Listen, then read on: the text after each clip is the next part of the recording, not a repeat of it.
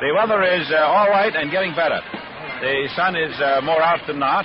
The field is in good shape. Ed Durham and his crew do a wonderful job of keeping the field in condition. And whether you realize it or not, a groundkeeper is just as important as a ball player. In some ways more so, because in these recent rains, it's been the fine work, the almost heroic work of Durham and his crew that have made possible getting in some of these ball games. Now the Dodgers go out to take the field. Bill Posdell goes down to coach at first base for Pittsburgh. Goldie Holt down to third. And speaking about the Dodgers, you know they're out to win today and every day. And, of course, that means that they've got to stay in top condition.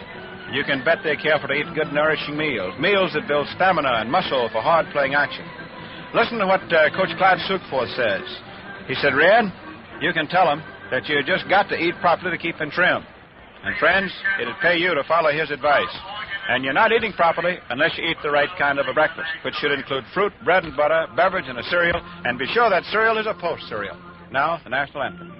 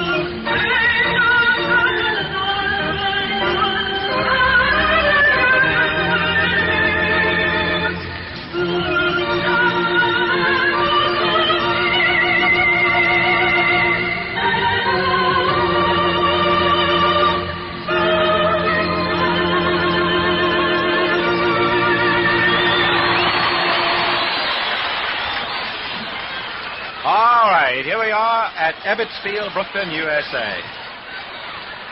The sun is trying to break through. The field is in excellent shape. Groundkeeper Ed Durham has done his most able job. Bankhead is on the mound. Campanella back of the plate. Hodges at first. Robinson at second. Reese at short. Cox at third. Gene Hermansky getting his first start is in left field. Out in center is Duke Snyder. The right fielder is Carl Ferrello. Pete Castellone getting ready to be the first batter. Castellone has a terrible time getting his name pronounced the way he wants it. It's spelled C-A-S-T-I-G-L-I-O-N-E. It looks like it's an awful tough one. But the way he says the family pronounce it is Castellone, just like C-A-S-A-L-O-A-N, Castellone. Sunglasses are being taken out to shortstop Reese. Earlier this week, he lost a pop fly at short, you'll recall, in the ball game with the Braves. Sure, infielders wear those sunglasses. Post Cereals, very happy to have you with us. And in addition to our usual New York audience over WMGM, we are delighted to have all of you to the Columbia Network. Delighted to have you on another Saturday at Brooklyn. Post Cereals, happy to send it to you, and Castellone up there, hitting at 162, 6 for 37. Right-hand batter. Curve is half swung on and grounded foul alongside first. Strike one. Augie Donatelli, back of the plate. Frank Descoli on the line behind first, and Lou Jorda is the umpire on the line back of third. Castellone has been hurt earlier this year with pulled muscle in his leg. Johnny Hop is not starting at first for the Pirates because of a pulled muscle in his right leg. You heard it sliding in second base a few days ago. Bankhead, tall, loose, limber, pumps, twists, jerks, throws, and there's a curveball hit high out to left center. Hermansky going over, the left fielder getting whoop, and he and Snyder run together. The ball drops, and Castellone comes into second base standing. Hermansky and Snyder kept right on going, and they bumped. Their gloves came together more sharper than their bodies. Nobody got hurt, but the ball dropped, and that's going to be a tough one for official scorer Lee Scott to have to assess an error on because they both were there. The rule, the unwritten rule, you know, is that the center fielder takes anything that he can get his glove on. And Snyder was there all right. Hermansky kept right on going. Gene, of course, has not had a chance to play left field all year. That's his first play out there. Maybe he was just too anxious and kept right on going. Ball was hit very high. Either one could have caught it in his hip pocket, but neither caught it. All right, left hand hitting Tom Saffold up there, S-A-F-F-E-L-L. Bankhead deals, fastball over for a call strike. And official scorer Scott said, well, you can't give an hour on either one. Both men were there, they banged together, so he gives Castellone a two-base hit just now on the fly ball that dropped off the outfielder's gloves. So Castellone at second, credit him with a double. Bankhead in position on the mound, deals, a curve swung on and missed. Strike two. Bankhead hurt a muscle in his right shoulder. Pitching in Chicago, if you'll recall, and told us today that his shoulder is just as good as ever. Saffold hitting at 182, 8 for 44. This is the fourth meeting of the two teams this year. Brooklyn has won 2 out of the first 3.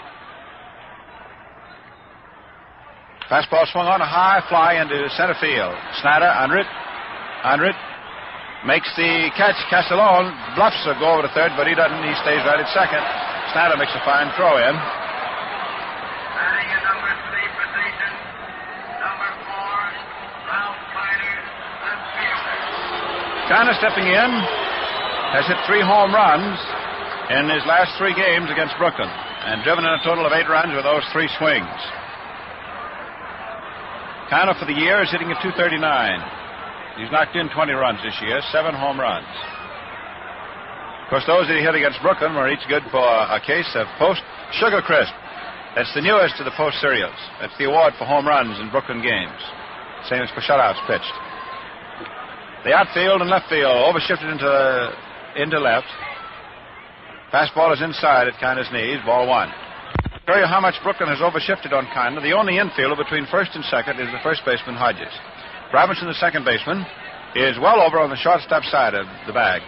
Reese, the shortstop, is 2/3 of the way over to third. Cox is back deep. Snyder, the center fielder, is in left center. Hermansky is in the left field corner.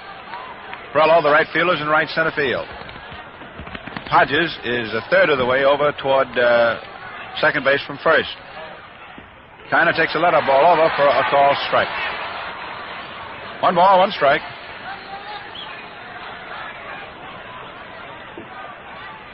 Kiner got off to a wonderful start in the spring. Reported to camp, great shape. Brown as a berry. Then he got hurt just before the season opened, and he's been slow to round back into condition.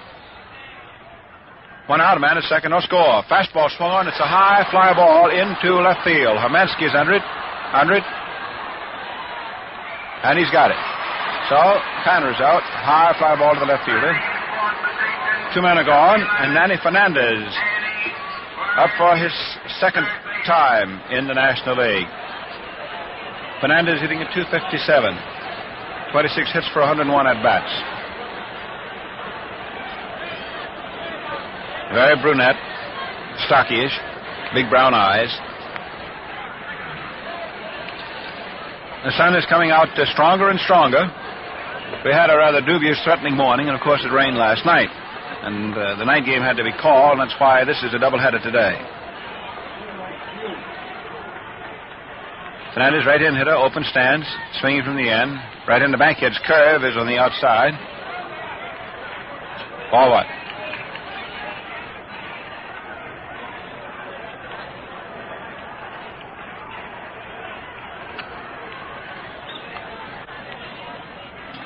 Just received a statement from the official scorer, Lee Scott, about the double just now scored for Castellone. Curveball outside, ball 2 at the plate. The scorer says that in the rules, it is stated that when 2 players collide, a base hit must be awarded. So that takes the score off of a spot. As we tried to tell you, we didn't know how in the world he could charge an error to either Hermansky or Snyder. They both were there.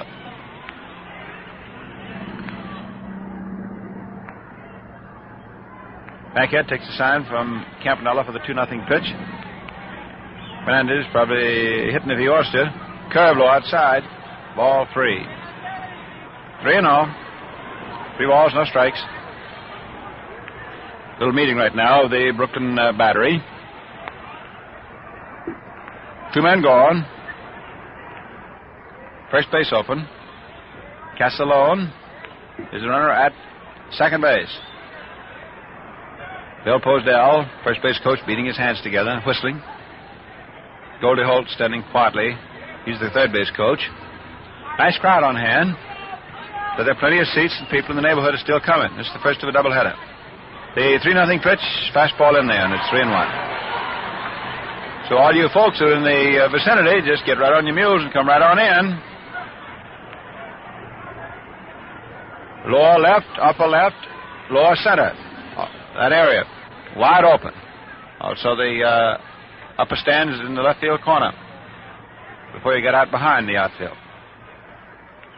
The 3-1 pitch. Curve swung on as a high fly ball into left center. Hermansky, the left fielder, is under it. Snyder's out of his way, and Gene makes the catch for the third out. So the Pirates got a break but couldn't capitalize on it. No runs, one hit, one man left. Dodgers coming in for the last of the first inning. Queen going out to the mound to get ready. Nice crowd on hand, more coming.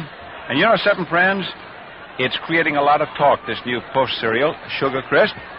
Sure is, because Sugar Crisp is the cereal that has everything. You see, Sugar Crisp is tempting, wholesome puffed wheat with a delectable coating of sugar and honey. It's fun to eat. For breakfast, just add milk or cream and skip the sugar, because this cereal is already just sweet enough. In fact, you'll find Sugar Crisp so good, so tasty, that you'll just be eating it right out of the bag like candy. It's great for nibbling between meals, and every member of the family will love it. Wonderful for snacks, too. Yep, as a cereal, it's dandy. For snacks, it's handy, or eat it like candy. The new Post Sugar Crisp. Look for it at your grocer's in the big cellophane bag with the three little bears on the outside.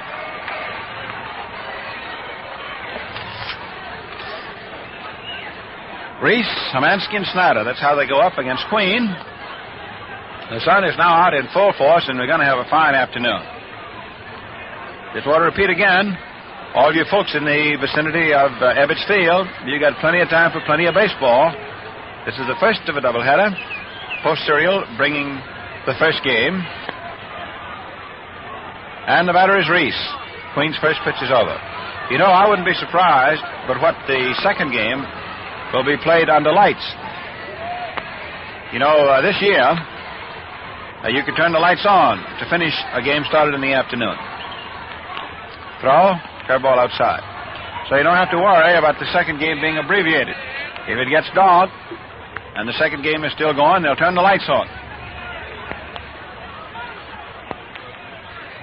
Reese hitting .237, swings and has a high drive deep out into left center field, way back out there. Sappho, the center fielder, going back and makes the catch.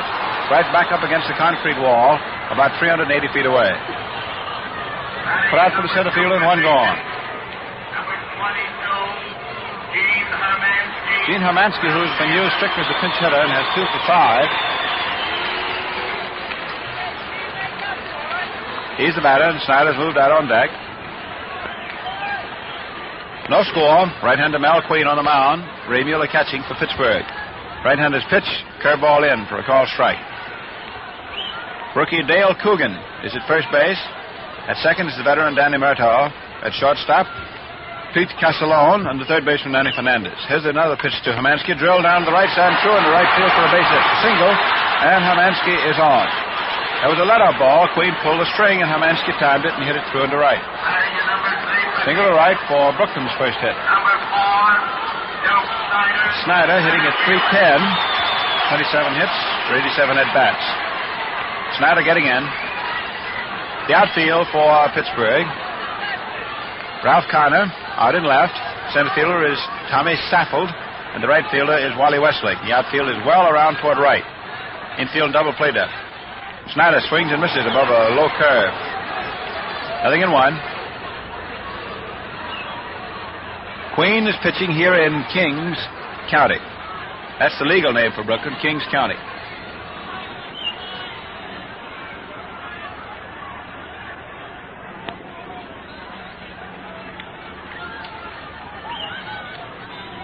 Throw, high outside, ball one. Some of you folks who've never visited New York, and it's a tremendous city of 8 million, made up of 5 boroughs. Brooklyn, or Kings County, one of the boroughs. Queens is another. Both of those are on Long Island. Snyder takes a curve, low, ball 2. In fact, a lot of people do not realize that Coney Island is just a part of the borough of Brooklyn or Kings County. But Queens and Kings, those are two of the 5 boroughs that are on Long Island. Manhattan, New York County, is an island to itself. Throw to first, not in time. It's an island because of the Hudson River, the East River, and the Harlem River. Pitch outside, ball 3, 3-1. Then there's the Bronx, and that's its name either way you look at it. And the 5th borough is Staten Island, or the borough of Richmond. Now let's see. Queens taking first pitches, and it's swung on and fouled off. 3-2. So on behalf of everybody in New York City, to all of you folks listening in on the network all around the country, a warm invitation whenever you get a chance. Come see us here in New York. Look around, check in on all the 5 boroughs, and be sure that you drop in at Ebbets Field, yeah? Glad to have you. Now let's see. Big right-handed pitch is 3-2, and Snyder cuts, and there's a high fly ball into short left field. Kind of coming over. He's got a long way to go. He just does get there. Makes the catch, and Hermansky going all the way to second, runs back to first base, and just does get in to avoid being doubled off by Connor's throw. Connor was in left center field and had to come almost back to the left field foul line on a towering fly ball. It looked as though he wouldn't make it till the last moment, but he's a big, long-legged guy, and he did make it. Nice catch. And Robinson, the defending batting champion, and last year voted the league's most valuable player, and certainly the most publicized player in many a year. Robinson coming up. Reese is up at the plate. He's the Brooklyn captain, and he's taking something up there about ground rules to Donatelli. And Donatelli is now pointing down in the Brooklyn bullpen to Dascoli. The discussion about the ground rules must center about that bench area down there in the Brooklyn bullpen. Time is called on the arbiters. Now Dascoli and Donatelli are pointing out to, Dascoli is pointing out to Lou Jorda, and Donatelli is pointing out to second baseman Danny Murtaugh. Wait, let's see something.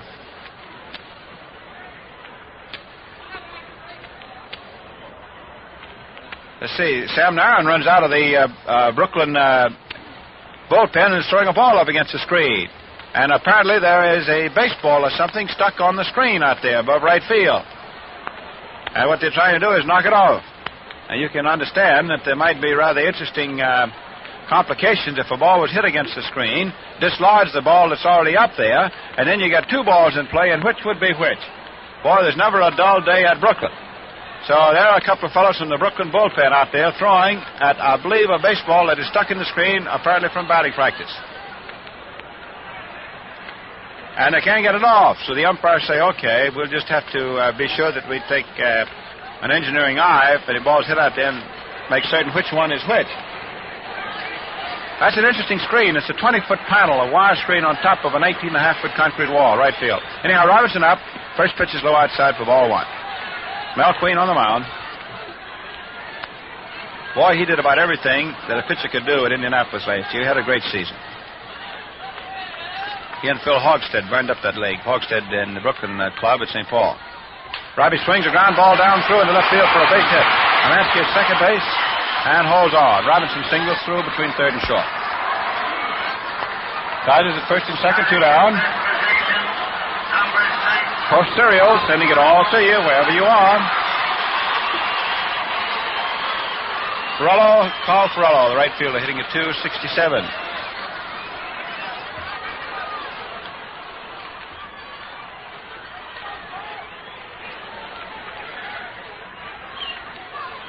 Outfield swung at the left a little bit. Infield up a step and straight away.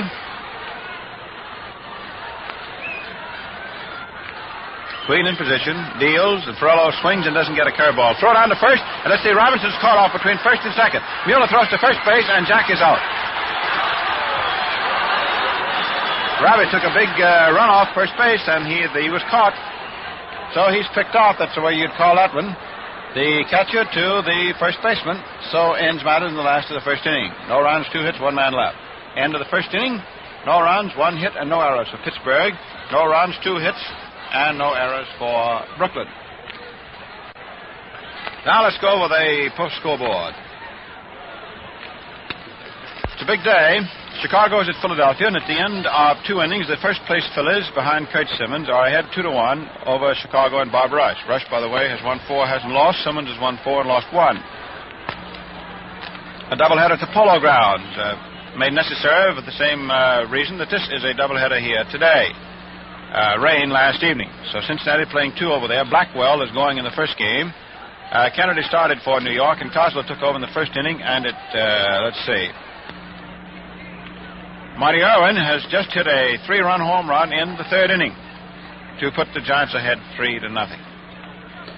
St. Louis playing at Boston. Burkeen for the Cardinals and Spahn for the Braves, and no score at the end of the first inning. In the American League, our scores will be coming in later because of the difference in time. Boston is at Cleveland. That one is on Eastern Standard Daylight Time. Staub's pitching for Boston, Lemon for Cleveland, and no score at the end of half an inning. And that's all we have on that. There's no score here at Brooklyn.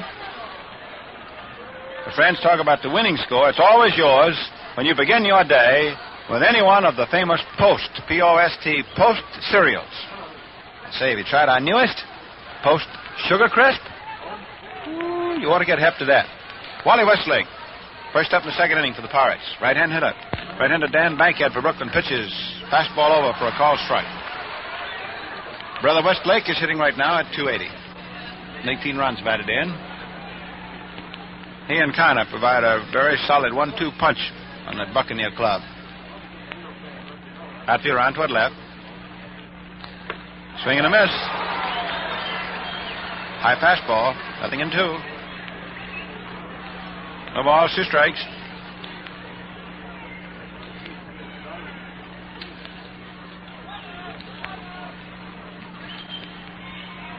Throws. Over. Call strike 3. Sharply. So Bankhead has him looking.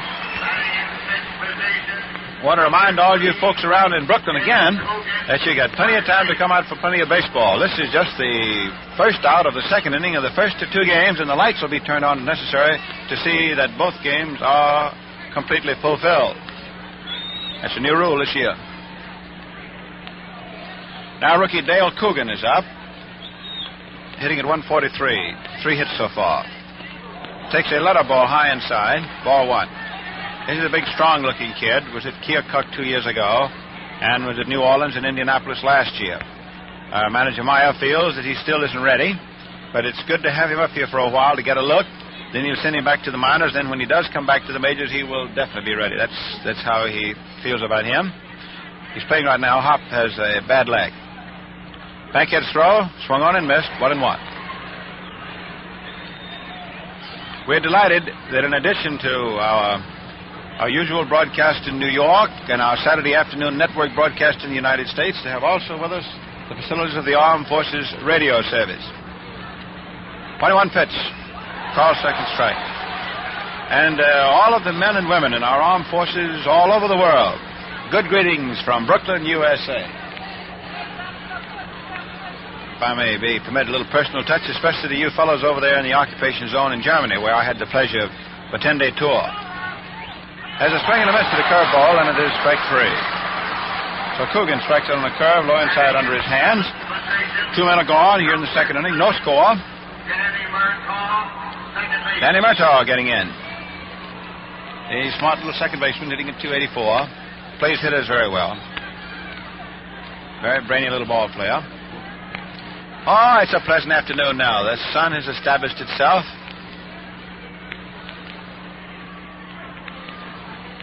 Throw, fastball high inside, ball 1. Field is in wonderful shape. Ballpark looking just as pretty as a brand new bug. Got a lot of baseball going today. Throw, swung on, grounded down, inside 3rd for a base hit. Cox dives, can't get it. Amansky coming over to retrieve. Murdo around first, coming into second base, and he's got an easy double. So she's a 2-bagger. Hit inside 3rd and down in the left field corner. 2 down, a double inside 3rd, and this is the 2nd hit for the Pirates, each for 2 sacks.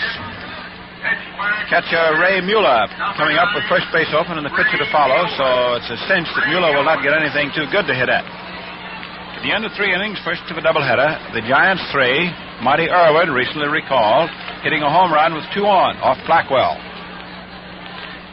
Giants 3 and Cincinnati nothing.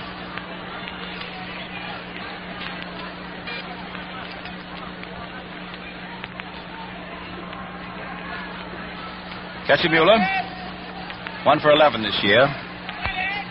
There's his record over there at New York. The Giants stole into Pittsburgh. No score here at Brooklyn.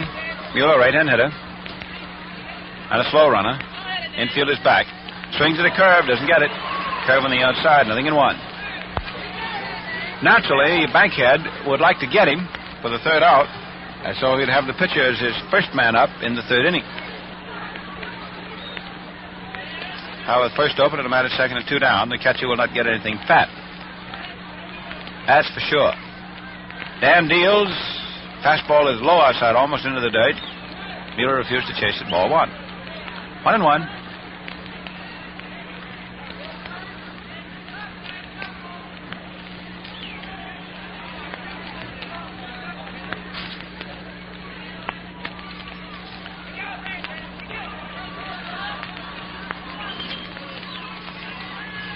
One ball, 1 strike, 2 out. A curve swung on, drilled out in the left field. Hamansky going back, and he can't get it. It's into the lower left field seats for a home run. Boy, he made that one too good, and Mueller really branded it, and it is 2-0 in favor of the Pirates. For Mueller, that's his first home run of the year, and to his home will be sent a case of post-sugar crisp, and here he is touching home plate, and it is suddenly 2-0 Pittsburgh. That was an inside curve that Mueller fell away from and hit it like a line drive right out into lower section 30 in the left field stands. I guess that one, if you ask Dan what happened, he'd say, well, that one got away from me. An inside curve. In other words, you don't do that. You pitch that curve outside, but that one got inside, and Mueller, boy, that was like money from home when you're broke. Well, here's pitcher Queen up there, and he feels a lot better about it now. Fastball high inside. Ball 1. Mueller banging the home run. 2-0. Favor the Buccaneers. That's the 24th home run for the Pirates this year. Dodgers at 23. That started even in that particular department for the ball game. Queen takes high for ball 2.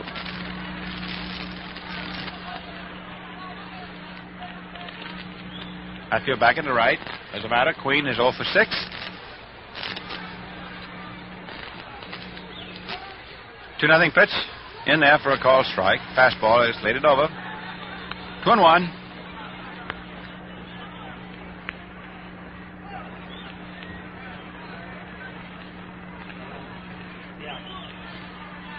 Right-hander deals. Curve swung on, hit down to short. Reese up with it.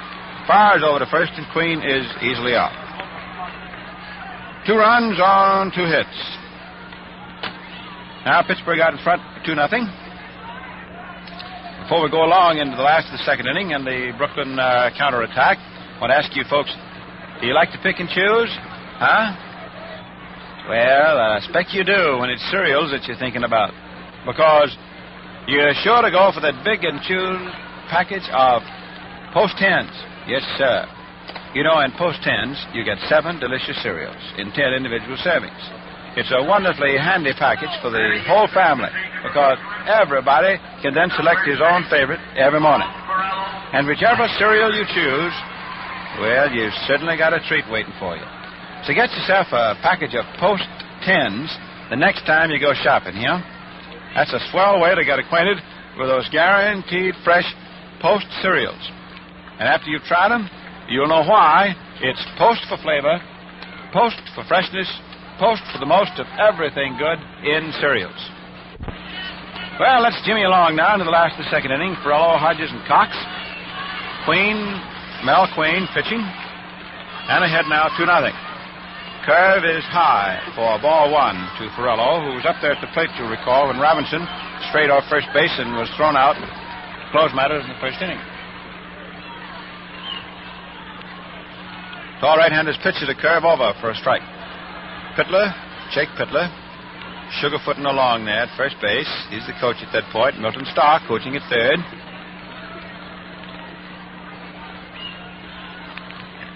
This is just the beginning of a real big baseball afternoon at Brooklyn. 1-1 pitch, swung on, a ground ball down to short. Castellon scoops, throws, and follows out for 2 running strides. 6-3 if you're scoring, or short to first. Big Gil Hodges marching in. Number 14, Gil Hodges. The folks in New York got plenty of time to get over here to Brooklyn and see plenty of baseball. First of a doubleheader. Post serials, sending everybody the broadcast of the first game. Now I got Gil Hodges hitting a 297. Outfield around toward left. Curve catches the outside just above the knees, for it goes off. Called strike.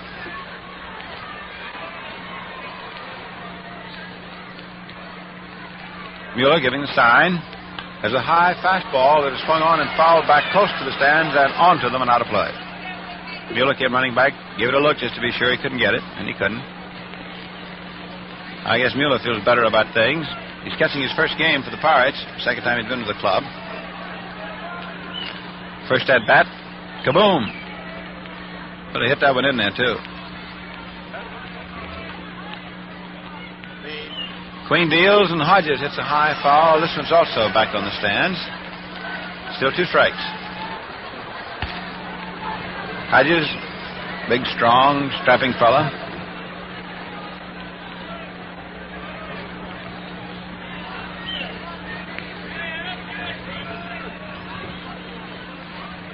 Queen, 6-foot right-hander, delivers a curve, swung on, foul back. Still 2 strikes.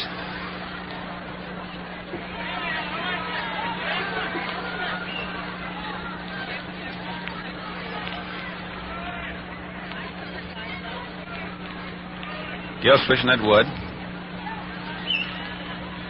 Throw. Call strike 3. Fastball. He fooled him if he'd given him curves. He caught him. Tomorrow afternoon at 2 o'clock, Cincinnati will be here at Brooklyn, and business manager Jack Collins has just told us there are 15,000 seats at all locations and all prices for tomorrow's game. For Monday night's game with Cincinnati, there are 11 seats, 11,000 seats, all prices. And then there's a night game Wednesday night with the Cubs coming to Brooklyn, 15,000 seats for that. Billy Cox steps up, takes a curved, low, ball 1, last to the second. So for tomorrow's game with Cincinnati, 15,000 seats available. For Monday night's game with Cincinnati, 11,000. For Wednesday night's game with Chicago, 15,000 seats. Cox foul tips a pitch. 1-1, 1 ball, 1 strike.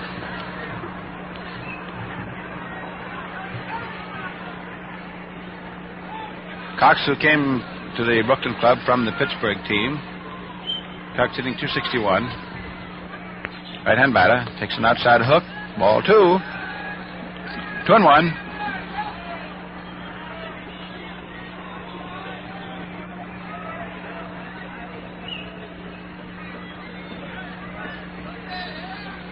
Two-1 pitch. Call strike 2. Good curveball on the outside. 2-2.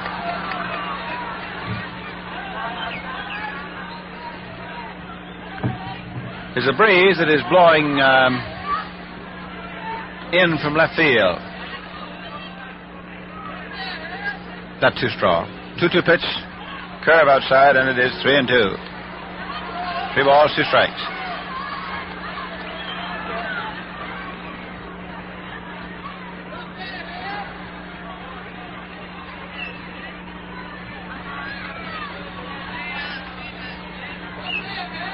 Mueller gives a sign.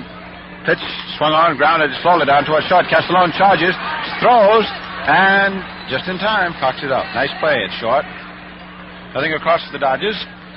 And at the end of 2 innings, Posterio sending it all to you from Ebbets Field in Brooklyn. It is Pittsburgh 2 runs on the home run with Murtaugh aboard in the 2nd inning. The Dodgers nothing. Now let's pause 20 seconds for station identification.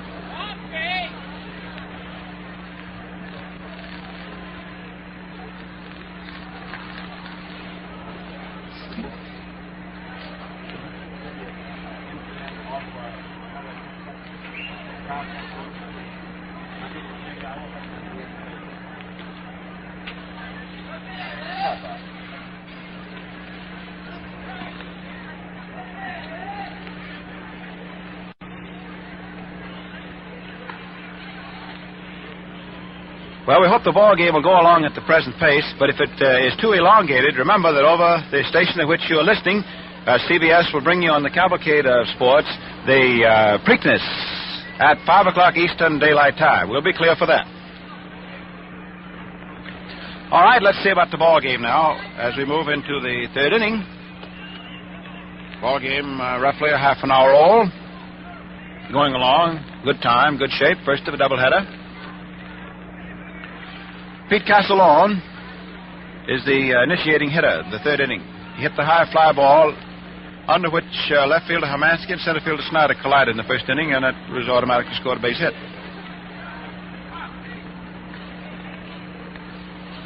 Castellone hitting 184, ducks underneath the high curveball, ball one. At the end of 4 innings, the Phillies are leading the Cubs 2-1. Simmons and Rush, the opposing pitchers, each going for his 5th victory. Sounds like a good game, doesn't it? Castellone, slender right-hand batter, swings a high pop fly. It's foul up toward first base. Let's see, catcher Campanella going down and makes the grab close to the stand. Hodges, realizing that Campanella had the ball under control, got out of the way. And the ball was caught. It was closer to first base than it was to the plate, but Campanella had taken dead aim and was asserting himself. It is 3-0 in favor of the Giants, first of a doubleheader at the Polo Grounds over Cincinnati at the end of 4.5 innings. The Braves lead the Cardinals 1-0 end of 2 innings. Yankees are starting Sanford against Hafner at Chicago. Tom Saffel, left-hand hitting center fielder, swings on the first pitch, fouled it off. At the end of the first inning, single game, the Red Sox and the Indians, it is 2-0 in favor of Cleveland. Bob Lemon, who is some pumpkins as a pitcher as well as a hitter, is going for Cleveland. Staubs for the Red Sox. That's the post scoreboard. They're up to date on everything.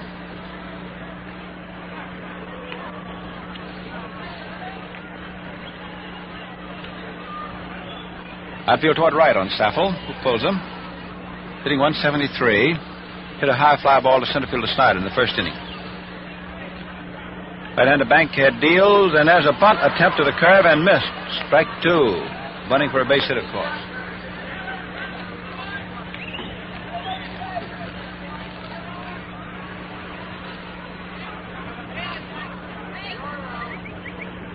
No balls, 2 strikes.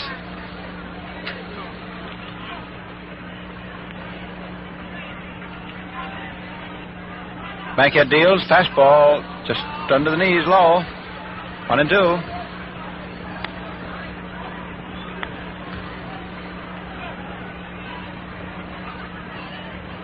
Saffel choking that stick slightly.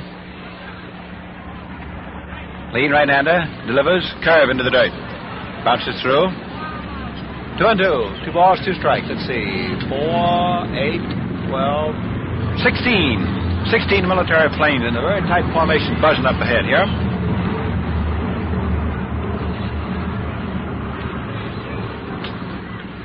There's a lot of air traffic above the ballpark here at Brooklyn. Connie and the old redhead been sitting here watching it for years.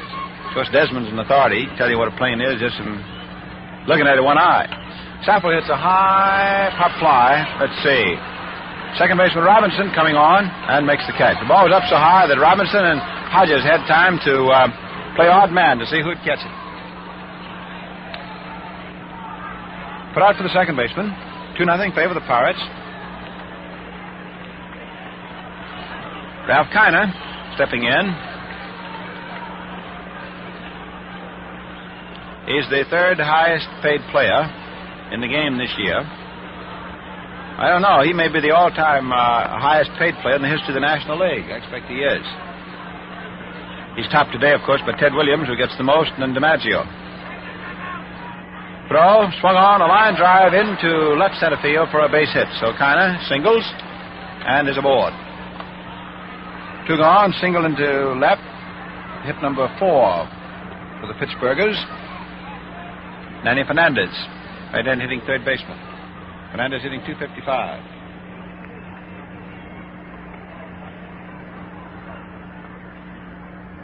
Infield up a step.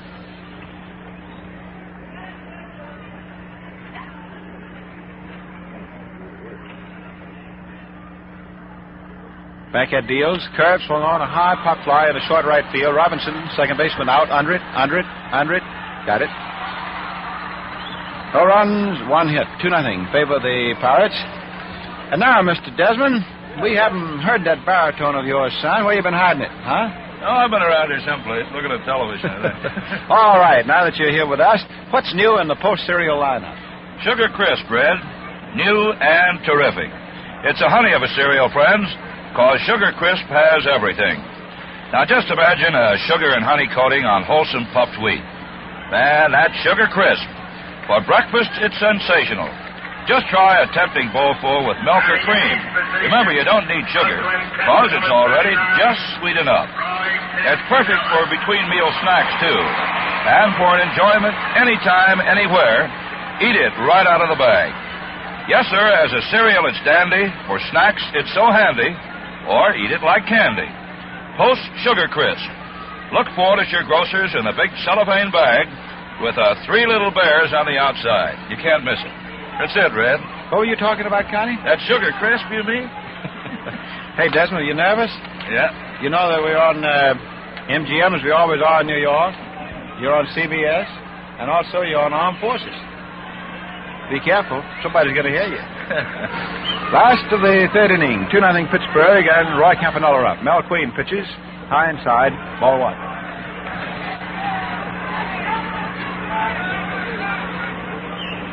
Campanella followed by Bankhead, who, by the way, is a good hitting pitcher, and then by Reese. Queen deal, the fastball over for a called strike. Got that one off the hand. 1-1.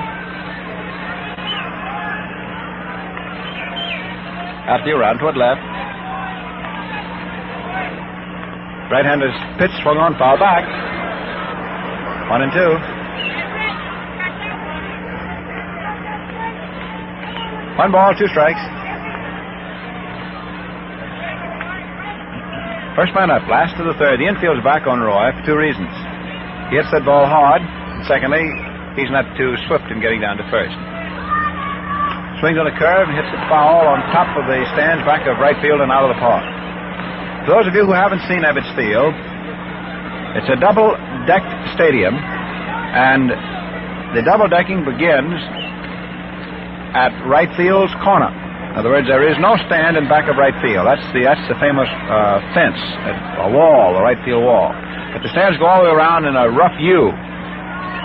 Campanella fouls this and back. As you begin your stands at left center field, and you come right around in back of, at right center field, you come right back around behind center, double deck back of left field, all the way back of home plate, out back of first base, and all the way down to the wall at the end. In back of right field is Bedford Avenue. Curveball outside, ball 2. That's one of the big thoroughfares. It's about a 6-lane street in Brooklyn.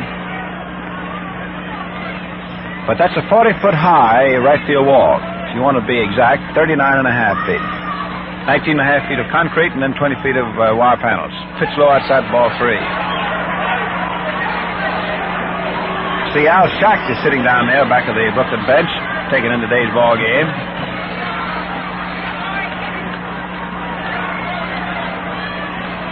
Three balls, 2 strikes.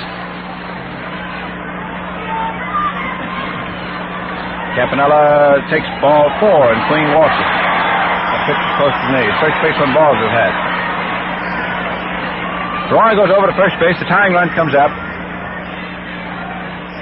Nobody in the stands seems to be at all concerned. Pittsburgh is ahead 2-0. The last game played at Brooklyn was 2 afternoons ago, when the Cardinals were out in front 8-0, and the Dodgers got 4 runs in the 8th inning and 5 in the 9th. Oh, that was a wild one.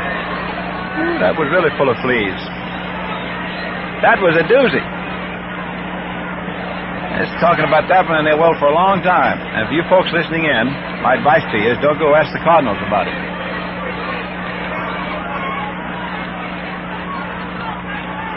Dan Bankhead up there, 2 hit. As a batter, he's 1 for 8. He's a good hitting pitcher. Fine athlete. Swings on the curve, doesn't get it. Nothing in 1. A couple of years ago, Branch Rickey had the idea that Bankhead was such a good hitter, they might turn him into an outfielder. And Dan plays pretty good outfield, but they feel that his major league potential lies in his pitching. Infield double played that. Dan swings, circles the ball foul outside third base, and his bat spun out of his fingers and went halfway to third. Every time I see somebody overswing on a ball and have the bat rip out of their fingers and go down toward third base, I think of Pepper Martin. That used to happen to Pepper all the time. You know, Pepper, in his hitting, was always gripping the bat. In other words, he tried to get a double hand squeeze on the handle of the bat just as he hit the ball. So if he was off timing, of course, the bat would get away from him. Bankhead swings and misses on the curve. Strike 3, so down he goes. That's the second strikeout for Queen. Mel Queen is the hurler for Pittsburgh. 2-0. They were the Buccaneers. The Dodgers battling to try and pass the Flying Phillies. Philadelphia in first place, a half a game ahead of Brooklyn. It's quite a ball club. That's a very fine job that young Bob Carpenter's done down at Philadelphia. Reached up, fastball inside, low inside. Pee-wee, right-hand hitter. Batting at 235, which is a little bit under his gait. I feel toward left.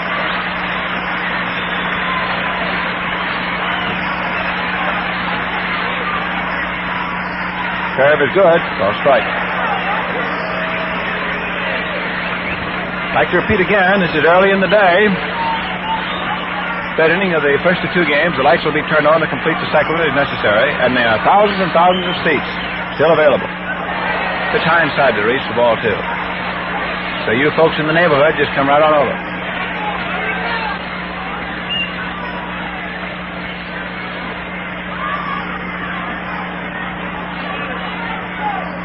I'd say there must be 8,000 to 10,000 seats available right now. Plenty of them. Come on, be no rush. Queen misses high inside, ball 3. So, Walkie Campanella striking out Bankhead. He's now behind 3-1 on Pee-wee. Priest cast an inquisitive glance down at third base coach Milton Stock, who's the central man in the wigwag system. Manager Shotton, of course, gives the orders. Stocker usually relays them to the players. 3-1 pitch is ball 4, high, inside. That walks the tying run to first. Runners at first and second. That's not calculated to make manager Billy Meyer relish his approaching dinner this evening. Pittsburgh bullpen is now going to go to work.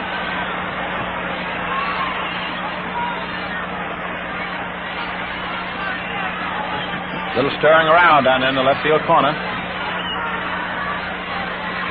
Hermansky, who singled in the first inning, 3 for 6 this year. A 10 batter, outfield round, into right, infield is up on the left side. There's a ground ball down to third. Up with it is Fernandez, throws to second base. They get 1. The throw to first base is not in time to get Hermansky. Campanella slowed up Fernandez' play just a moment. Roy, in running over, you know, he was a runner at second, toward third. When he got close to Fernandez, he just stopped. In other words, he tempted Fernandez just for a moment to tag him. Forrest Maine, a right-hander, warming up in the bullpen now for Pittsburgh. So you have a force at second, the third baseman to the second baseman. That's all. Hermansky on at first to the fourth. Campanella on the fielder's choice, moving over to third. And the batter is Snyder. It's 2-0 in favor of the Pirates. Snyder hitting .307. Swings and golfs the ball into right field for the base hit. Carries Campanella in to score Brooklyn's first run. Hermansky on his way around the third and goes in after the extra base. And when the throw goes through the third base, Snyder takes the extra base, going into second.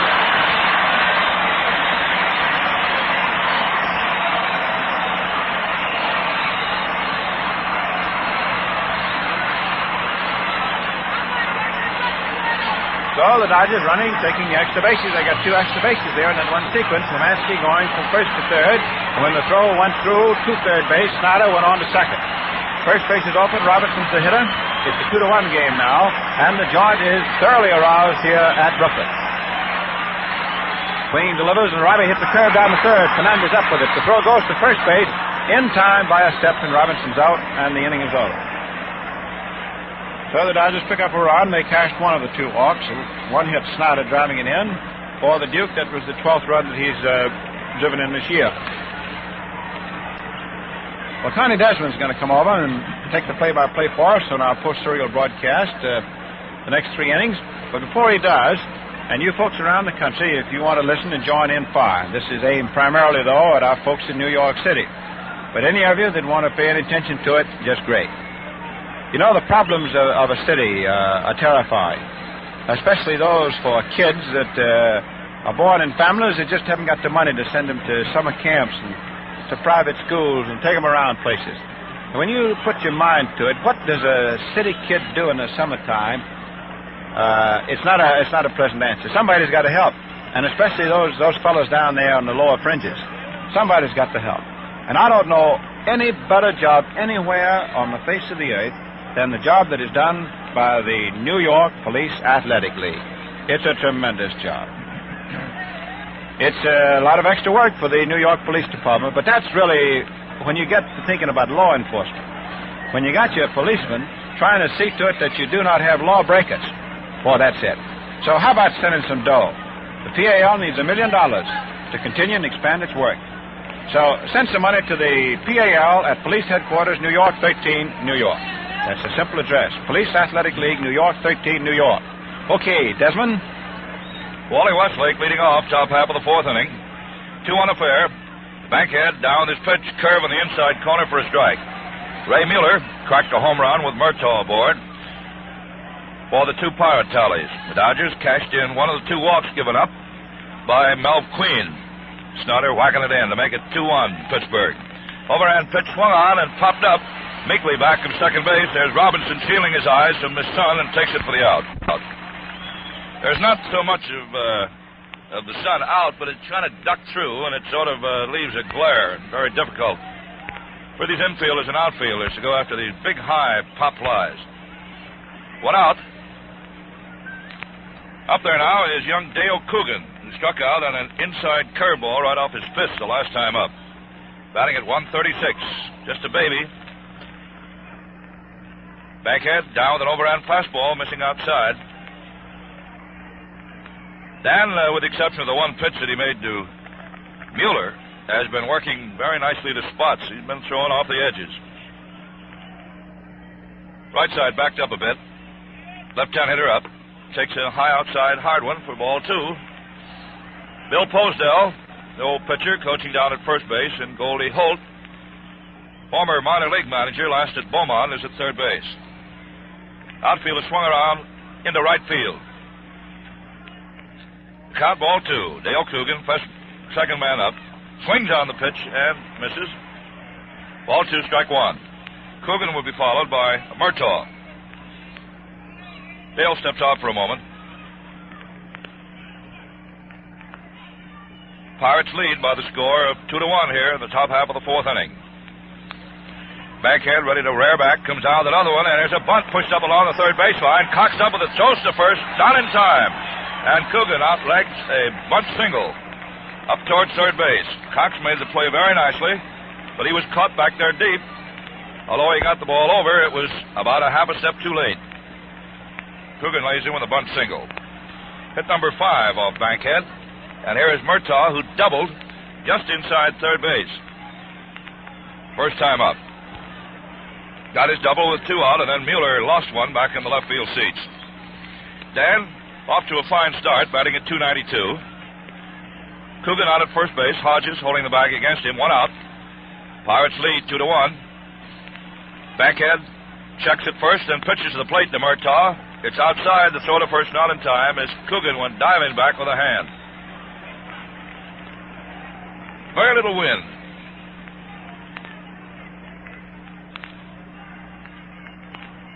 Bankhead now, ready for his pitch again, turns and throws to first base. The Chicago Cubs, with a run in the top half of the 6th inning, have now tied the ball game with the Phillies. They're even at 2 runs each. Simmons against Bob Rush. Rush certainly is off with a rush. He's won 4 without a setback. Simmons, a tough potato to deal with, has a 4-1 record. So 2 of the league's best. And there goes Coogan. The pitch taken at the plate. The throw on to Robbie at second base is in time.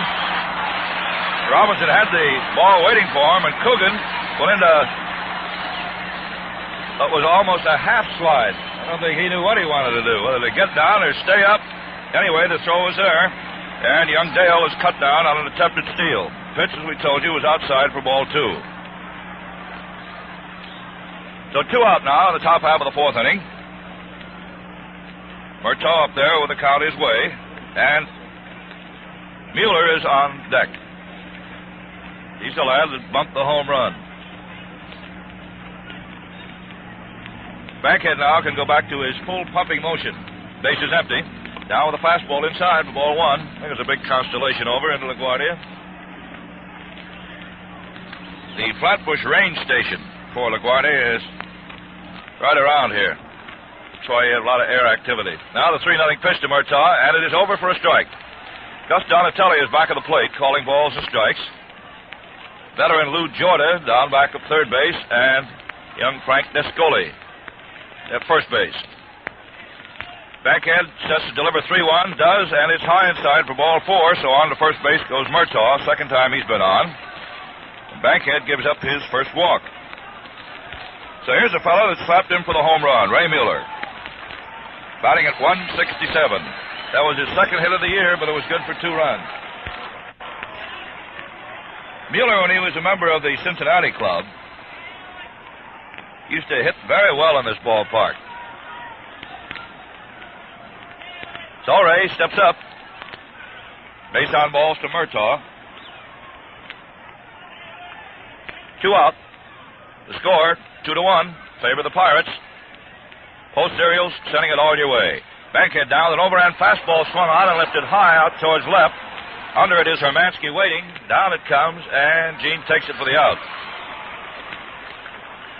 So in the top half of the 4th inning, no runs, 1 hit, no Dodger errors, and 1 man left on. Okay, Red. Connie, I've been struck wherever I've gone by the tremendous interest there is in the Brooklyn Dodgers all over the country. Oh, boy, and we have something for the people who are interested in them, too. That's right. Now, all of you folks who would like to know a little bit more about how this famous Brooklyn farm system works, you can find out on pages 8 and 9 of our new 1950 Dodger yearbook. Also, you'll find out all kinds of fascinating facts about the Dodgers on the other pages of this big baseball book that the Post Serial folks are offering you right now. You'll see colorful action pictures, just bales of statistics showing the records and the record makers, and feature stories about the players and about the ball club that you won't find anywhere else. And to get your copy of the new 1950 Dodger yearbook, simply mail the box top from any Post Serial or the front panel from a Sugar Crisp bag plus a quarter to Dodger Yearbook, Box 79, Brooklyn 1, New York. Now, be sure that you order it this very weekend here. Now, this is the same book that sells in the ballpark here for 50 cents, but it's yours for only 25 cents, and the box top from any Post Serial, or else the front panel of a Sugar Crisp bag. And that address again is Dodger Yearbook, Box 79, Brooklyn 1, New York. Now, send for it today here, and include your own name and address, otherwise we can't send it to you. Kyle Furillo leading off last of the 4th inning, takes his sidearm curveball outside, ball 1. Queen has walked a couple, got himself in a jam there in the 3rd inning, and the Dodgers nicked him for a run as Snyder blasted one into right field for a run-producing single.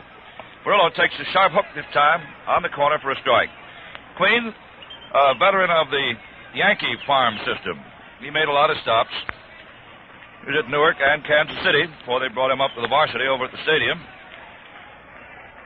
Big 200-pounder, now the fastball inside. Ball 2. Queen was born at Maxwell, Pennsylvania, one of the coal regions of that great state, but now makes his home out in sunny California, Woodbridge. 6-footer, 200 pounds. Ball 2, strike 1 the count on Furillo. Kyle cuts him. It's a fly ball. Back of third base. It may be trouble. Coogan goes back, but it lands untouched in the Dodger bullpen. Wally Westlake, the right fielder, Murtaugh, the second baseman, and young Dale Coogan were all chasing that one. Just a strike as Furillo comes back up towards home plate. So Furillo steps in again, examining his stick, finds it all right. Just Donatelli, calling balls and strikes, pulls his mask on. Then here we go again. In case you just joined our post-serial broadcast, we're in the last of the 4th inning, Pirates leading the Dodgers 2-1. First of a doubleheader. There's a base knock and right back through the middle.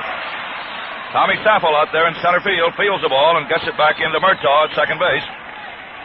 So Perillo puts the tying run on, bouncing a single back to the box and brings up Gil Hodges.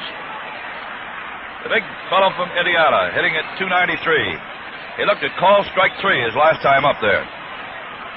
So the base hit arouses things around Ebbets Field here. Perillo on with a tying run. Queen now must go to his stop position. And he's in his places the balks are called. The throw to first not in time. Al Barlick called 3 balks on Max Lanier the other day here. Another lob throw to first. No dice. Hodges has 27 base hits. Big, strong right-hand batter. The pitch to him is up high for ball 1. Braves got a tally on the Cardinals. They lead 1-0 at the end of 2. Outfield deep and around into left field here on Big Gil. Queen sends a curve up high and outside, ball 2. Forrest Main was up throwing for the Pirates in the last inning, and looks like he's going to get up again down there. Perillo at first base. Dale Coogan guarding the bag against him. Queen now with a check over at first. Pitches to the plate, swung on, and a fly ball is hit out into left field. Over for it comes Sappel, the center fielder, and Kiner then goes in for the catch. You have to wait the way these outfielders have been playing today. Hermansky and Snyder bumped together out there. And Castellone got himself a double, leading the ball game off. Kiner taking that high fly ball. Billy Cox playing fine ball down at third base. Hitting at 250, 6 for 24. Perillo at first base, 1 out. Pittsburgh 2, Brooklyn 1. Billy swings and cuts this one foul, going down in the right field seats way near the bullpen. Bangs up against the wall down there and then kicks into the stands. Long, loud strike. Jake Pittler coaching at first base. Milton Stock around at third. Campanella out on deck. Billy Cox the batter with Perillo with a tying run out at first base. Queen comes to his stop position now. Checks first. Throws into Cox, who swings and lifts a high foul back of the plate. Here comes Mueller, still chasing it, but he can't get it. It's on the screen. Ray went right back up against the barrier. Strike 2. Young Bobby Morgan, who was the most valuable player in the international loop last year, also the batting king, started at third base for the Dodgers this year. Those of you who may not be too well acquainted, and Billy Cox finally was sent in there to give Morgan a rest, and Billy's been in there playing every game. In fact, young Morgan is sitting on the top step right now near the water cooler, watching Cox up there with that bat. Strike 2 against him. Queen comes in with a curveball outside for ball 1. Ball 1, strike 2. Cardinals got a run in the top half of the third inning, so they stand even with Boston at the end of 3.5. Straightaway outfield on Cox. He sprays his hits to all fields. Likes to hit into right. Throw to first, and Perillo goes back with a hand stab at the bag. He got there. Descoli got over for the call. Ball 1, strike 2 on Billy.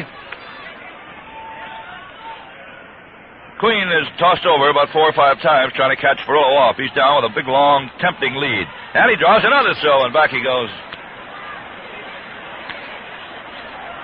Makes it kind of tough on Pittler coaching over there at first base.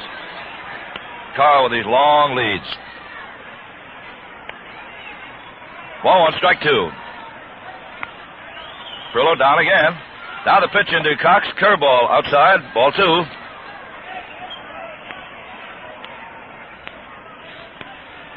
Ground around front of both dugouts and back of home plate. Still rather soggy from the bad weather we've been having around New York. That outfield a little tricky, too, in spots. Now the 2-2 pitch, swung on. There's a fly ball. It's deep back into left field. Sappel goes way, way back for it. Still going. Reaches high up in the air, and the ball is off the fence. There goes Perillo into third base, and they hold him up as Cox doubles off the left center field wall. Just about 3 or 4 more feet, and that one would have been in for a case of Sugar Crisp. But Sappel reached up high, got his mitt out, couldn't hold it, and the ball bounced out. Carter went over, retrieved, and got it back in. It's a double for Cox, his third of the year. And Perillo, who had a hold up, waiting to see whether or not the ball would be caught or not, made it to third. And Campanella is going to be put on to load him up. First base is open. And they'll take their chances with Bankhead banging into a double play. So there's the first one, and the fans don't particularly care about the intentional pass. They never do to one of their favorites. Walk number 3 by Queen. Now the sun comes out brightly. Still some dark clouds up over the left field stands. Could mean rain. There's ball 4. Campanella trots down to first base to load him up, and here comes Dan Bankhead. Out to try to help his own cause. As a batter, he's 1 for 9, hitting at 111. And we told you that the Cubs in Philadelphia tied at 2 runs, and they just received word that Jim Constanti has come in to pitch for Philadelphia in the 7th inning. He's their number 1 relief man. So Bankhead up with the bags loaded. Burlow down at third base. Billy Cox at second. Campanella is at first, and they're playing their infield halfway in. Coogan is up in front of the runner at first base. Here's a pitch, and it's outside, ball 1. Coogan is ready to charge in, along with Fernandez, the third baseman, in case the Dodgers might want to work a squeeze here. 1 out, they could. Burlow a fast man out at third. Here's the pitch coming down, swung on and trickled out along the third baseline and allowed to roll foul. Foul.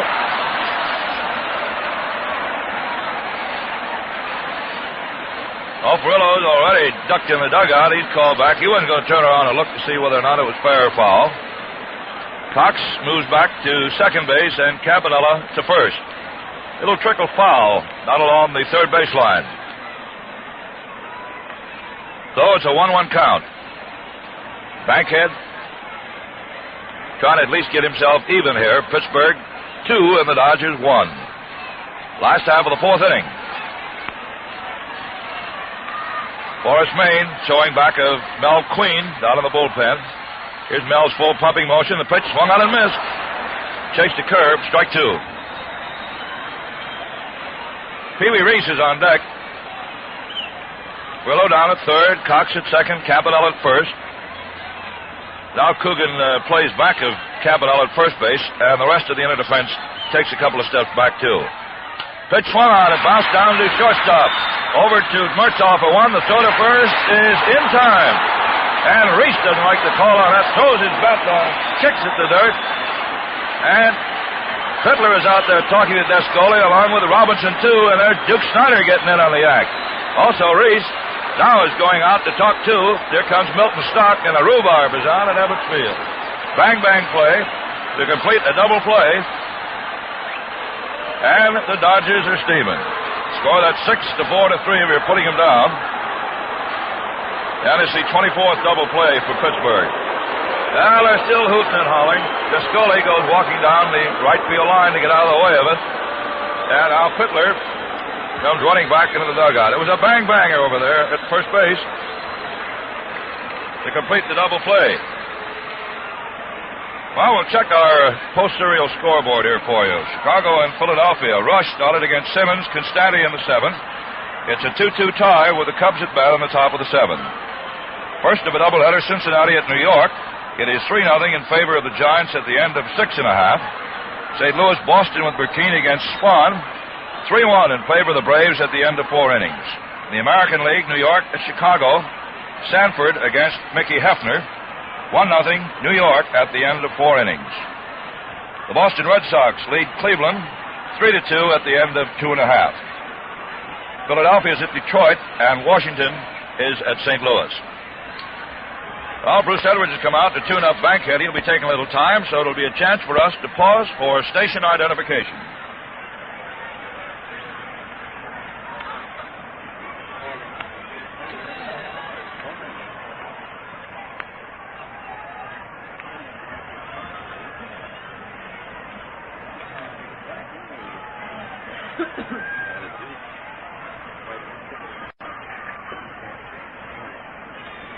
Now, this is Connie Desmond with Red Barber back here at Ebbets Field, Brooklyn, USA, for Post Serials. Send you this first of a doubleheader your way. Pittsburgh leads 2-1 in case you just joined us. Mel Queen will be the first hitter for the Buccaneers, and walking out now up towards home plate. Now the Dodgers almost had one to tie it up. And a bang-bang play at first base. Bankhead hitting into a double play to get Mel Queen out of a bad round. Mel was a batter, is 0 for 7. Big 200-pounder, as we told you. Swings right-handed. Bankhead out on the mound. Ready to deliver now as we go on the top of the 5th. Castellone and then Saffel will follow. Bankhead first pitch, a curve swung on and fouled outside of third base. Strike one. New ball flipped out. The outfield is playing Queen to swing a bit late. They're into right field on him.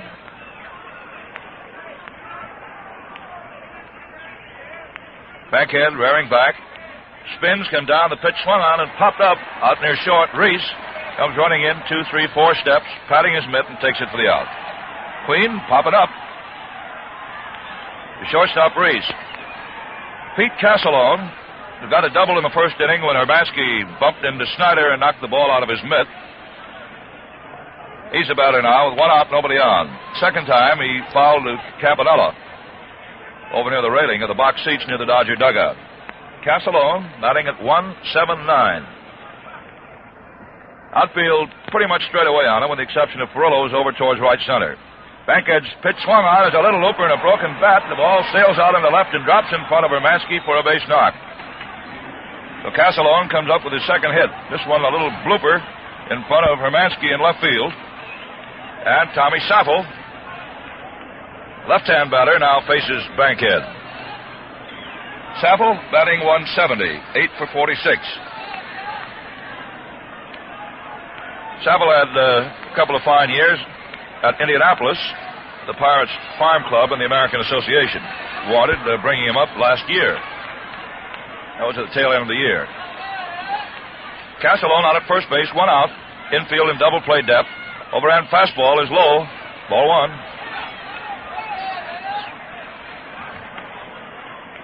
Bankhead out on the mound for the Dodgers.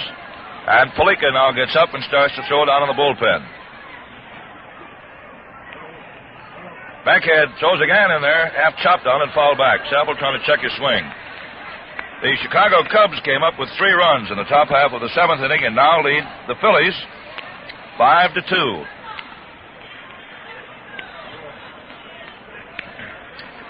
New baseball put in play by way of first base. Gil Hodges over there, rubbing it up with those big meat hands of his. Flips it back out to Bankhead. The count 1-1 on Saffel. Young Palika, like he's about number 1 out of the bullpen these days around here, throwing. Bankhead to his stop position. Castellone on first base. The pitch swung on and fouled right at Campanella's feet. So Gus Donatelli examines the baseball. It's sort of muddy in the area around home plate. Finds it all right, flips it back out. Clouding up a little bit here at Ebbets Field. Not dangerously so, but there's some rain in those clouds up there. Bankhead set to deliver 1-2 now. Does. Saffel takes it inside. Ball 2.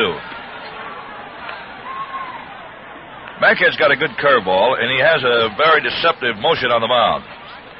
Of course, he's not as effective from the stop position with the runner on at first base, but when he can go to his full windup, he gives you a lot of motion. Castellone with his lead again. Bankhead holding his stretch now. Spins come down. An overhand pitch. Good in there for ball strike 3. Saffel caught looking. Third strikeout now for Daniel. He put 2 of them back-to-back in the second inning, Westlake and Coogan. And now here's Ralph Kiner, hitting at .244, 7 home runs. Last time the Dodgers saw him at Forbes Field, he hit 2 and beat him single-handedly. Last one a grand slammer. So Castellone ready to go on anything now. Top half of the 5th. Pittsburgh 2 and Brooklyn 1. Bankhead's pitch, a curve up high for ball 1.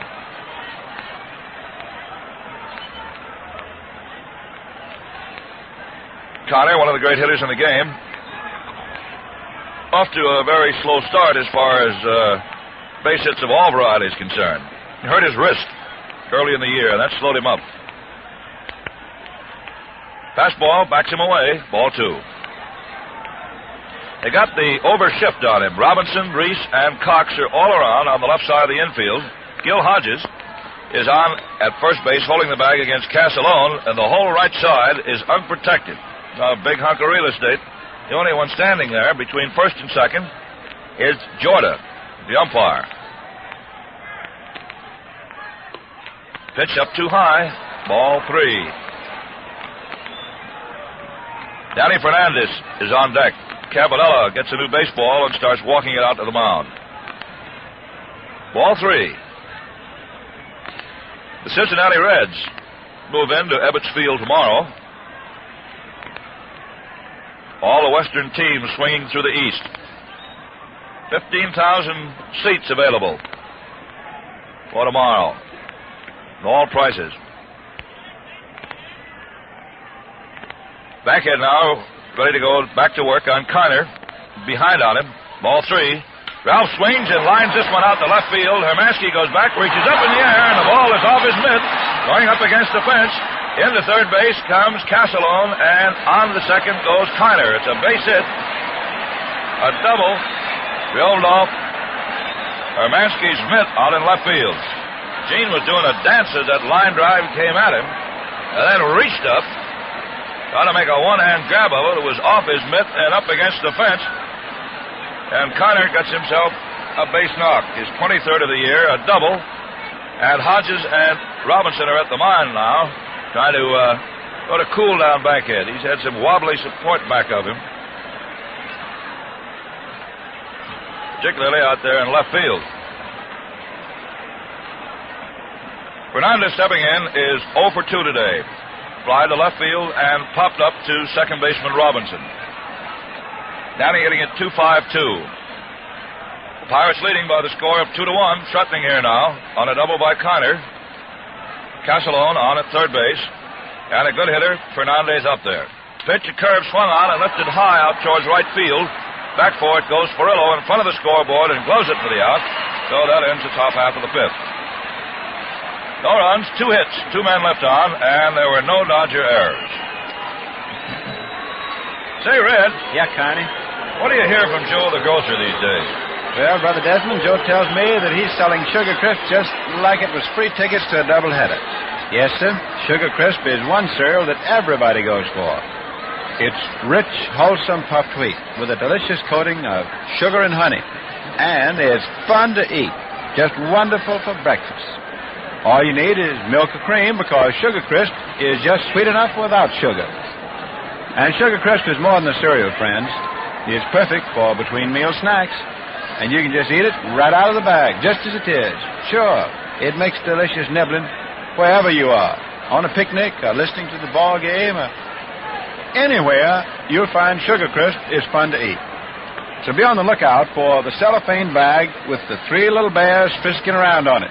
And that'll be Sugar Crisp, another guaranteed fresh post cereal. That's our newest. That's our baby, Sugar Crisp.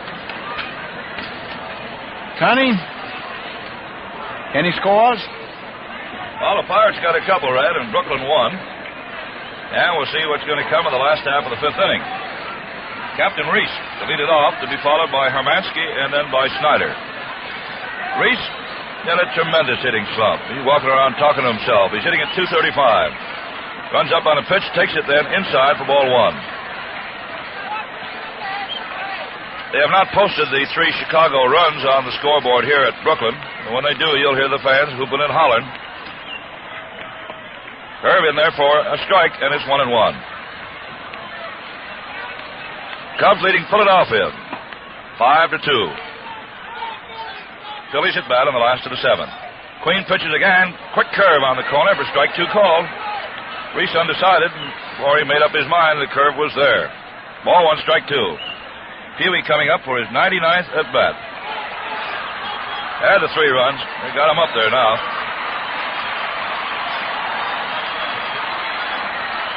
Queen takes a look, too, to see what they're hollering about. Philadelphia failed to score in their half of the seventh, too. There's another curve outside, just off the corner, a tick. Ball 2, strike 2. Dodgers need to start. They're trailing 2-1. This is the first game of a doubleheader. Queen pumping, comes down, a fastball inside, and Reese had to jump away from it. Ball 3. Still the little colonel up there with a full count. The Dodgers leadoff man and captain. Queen looking around to size up his defense. Westlake is back right up against that scoreboard out and right. Reese cuts on this one, grounds it down to third. Fernandez is up with it. There's his throw to Coogan in time, and Reese is out. 5-3 of your scoring. Preston Ward, former Dodger, just hit a home run for the Cubs in the 8th inning with nobody out. Here's Gene Hermansky, batting at .425. Singled and hit into a force play. Queen rocking on the mound, comes in with a curve, swung on, and pulled into right field for a base hit for Hermansky's second safe knock this afternoon. He beat that one on the ground past Murtaugh, gave it a chase. Now that is hit number 6 off Mel Queen. Duke Snyder is up. Young Californian hitting at .315 with 28 base hits. 1 out. Pirates leading the Dodgers 2-1. Hermansky at first base, 1 away. The pitch to Duke, fastball outside for ball 1. Robinson moving out on deck.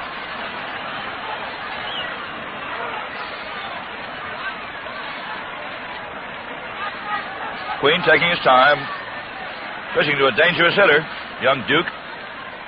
Snyder swings, foul, tips it right into Mueller's mitt. That is 1-1. Ball 1, strike 1. Snyder has 3 home runs, batted in 12 runs so far. He's the Dodgers center fielder, and a good one. Fastball is up high for ball 2. Ball 2, strike 1. Queen has always featured fast pitching. Always had a good high, hard one. Been throwing some pretty good curves today, too. Now the 2-1 pitch to Snyder. Swung on and lifted high out into left center field. Over for it comes Kiner. Ralph is under it, waiting now, and takes it for the out. This ball hit way up there. 2 out, last of the 5th. And Robinson, who had a chance in the 3rd inning to open it up a little bit. Couple of men on, both in scoring position. Grounded to the 3rd baseman. Jack singled his first time. He's batting at .341, the National League defending batting king. Hermansky ready to scramble on anything now. 2 out on at first base. Queen ready to pitch to Robinson.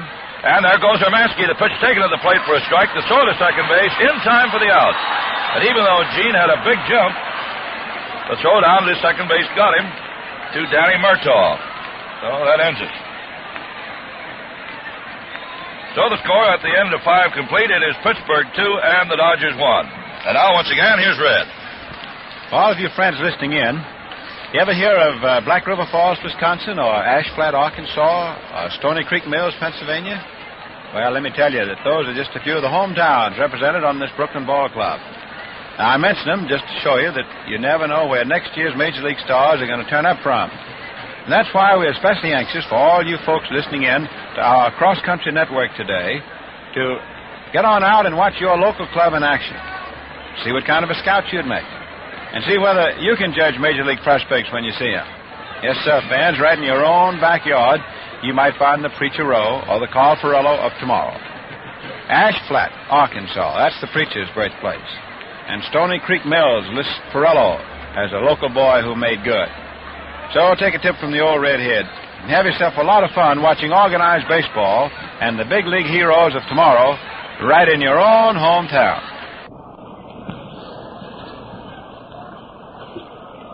Moving in the 6th inning, here's a guy who made the grade, and he came from Toledo.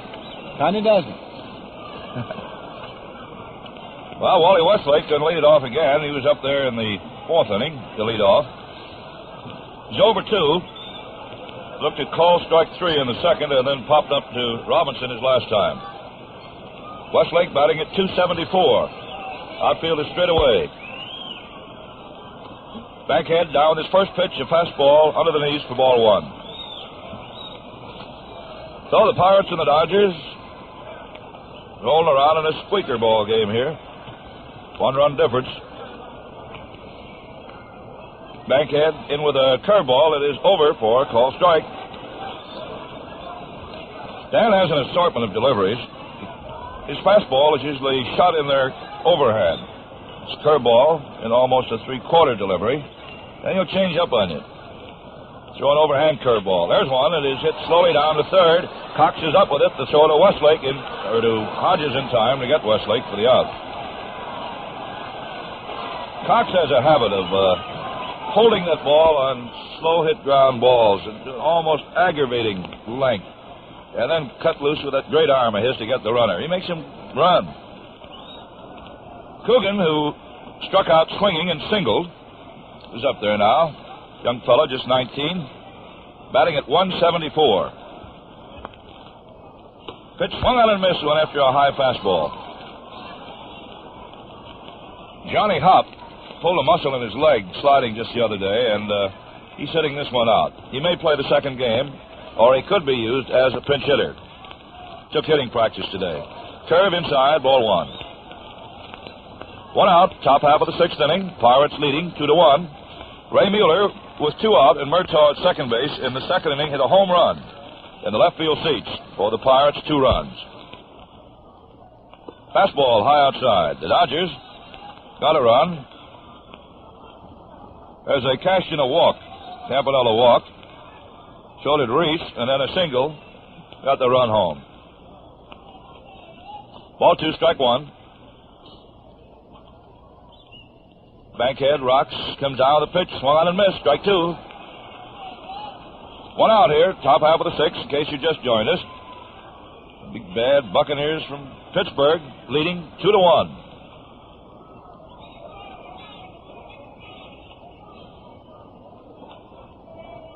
Dale Coogan up there with a count, ball 2, strike 2.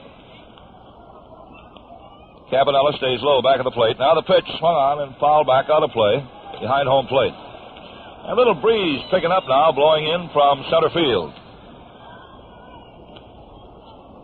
This is the first game of a doubleheader. So we may have the lights on before this afternoon or evening is all over. Bankhead ready to pitch 2-2 again to this young rookie, Coogan. Here she comes. Curveball. It is up too high. Ball 3. So he's run it all the way out now. Top half of the sixth inning. Outfield is playing around into right field. Everybody pretty much fanned out, protecting all areas. Well, let's see what Dan will do here. Comes down in there, 3-2, way outside for ball 4. So on to first base now goes young Coogan. Second walk given up by Bankhead. And here's Danny Murtaugh with a perfect afternoon. A double. He scored in front of Mueller when Ray kissed one back into the stands for a home run. And then walked his last time up. Murtaugh, a good hitter, batting at 292. He was plagued with arthritis last year. He had a tough time after his fine year the year before. He and Rojek had 2 years right together. Now the pitch coming down, a fastball that is low for ball 1. And ever since Rojek was hit in the ear by Ken Johnson, then with the St. Louis Cardinals, Stan's hitting has fallen off, a little gun shy. Murtaugh is off to a nice start here this year. 26 hits, to the throw to first. Coogan back with a step. Top of the sixth. Pirates leading by 1, 2-1. Coogan jumps down off first base. Bankhead comes in with his pitch swung on as Coogan was going, and it's a long foul back in the upper deck in left field. So he decided to play a little hit and run. Coogan was sent. Murtaugh swung and fouled it away. Ball 1, strike 1. Danny goes back to the rosin sack. They're hanging around home plate. And strides back in there again. New ball put in play by way of Hodges again at first base.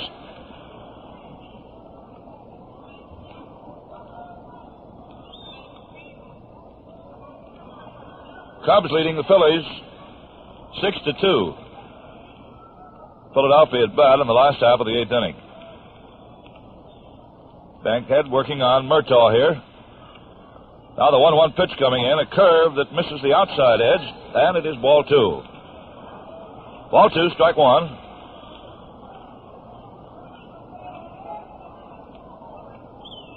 Daniel made one bad pitch so far, and that was the home run ball he served up to Ray Mueller, who's waiting on deck. Coogan jumping down off first base. And he draws another throw. Gets back. Bill Posdell, he's got the hook on him over there at first base. Infield in double play position with one out. Runner on at first. And Coogan goes again. The pitch swung on and hits safely out into right field. Coogan is around second and goes legging it into third standing on a single by Murtaugh. So Danny punched one out through there, a hit-run single to the right. That's his second hit. Coogan moving around to the far turn and brings up Ray Mueller. Mueller batting at 154. Home run with Murtaugh on. His last time he flied to left fielder Hermansky. Top of the 6th. Bankhead talking to Reese for the moment.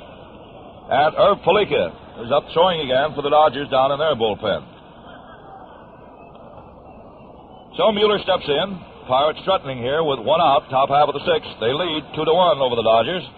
First of a doubleheader. Bankhead do his stretch now. Holds it and pitches in. Just off the corner. Ball 1. We'll be careful here with this Mueller up. Reese hollering into the mound. Ball 1. Johnny Murtaugh at first base. Dale Coogan leading down off third base in foul ground. The outfield is straight away on this hitter and deep. Curveball gets there this time, right on the edge. Ball 1, strike 1. Snyder in center field is playing almost on a line back at second base. Perillo is over towards right center. And Hermansky is straight away left and deep. Mueller hit one right over Gene's head and back in the stands, first time up. Pitch one out, bounce to the mound. Bankhead turns, throws to second for 1. The throw to first, they get 2. 1-4-3. We're putting them down, and the Dodgers come up with their 34th DP, and Bankhead gets out of that. No runs, 1 hit. Pirates have at least 1 hit in every inning off Bankhead. And now, Red. Yeah. What words have you got to brighten our afternoon here?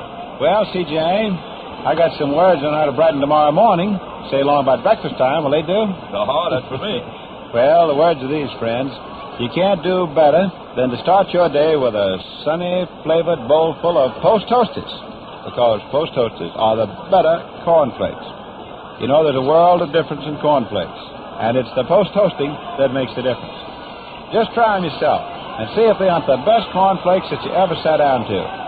Extra good, extra tasty, extra fresh. Yes, indeed. It pays to remember this. When you go to the grocer's, don't say cornflakes. Say Post Toasties, the better cornflakes. Got a few seconds for the last of the 6th inning. Let's pause for station identification.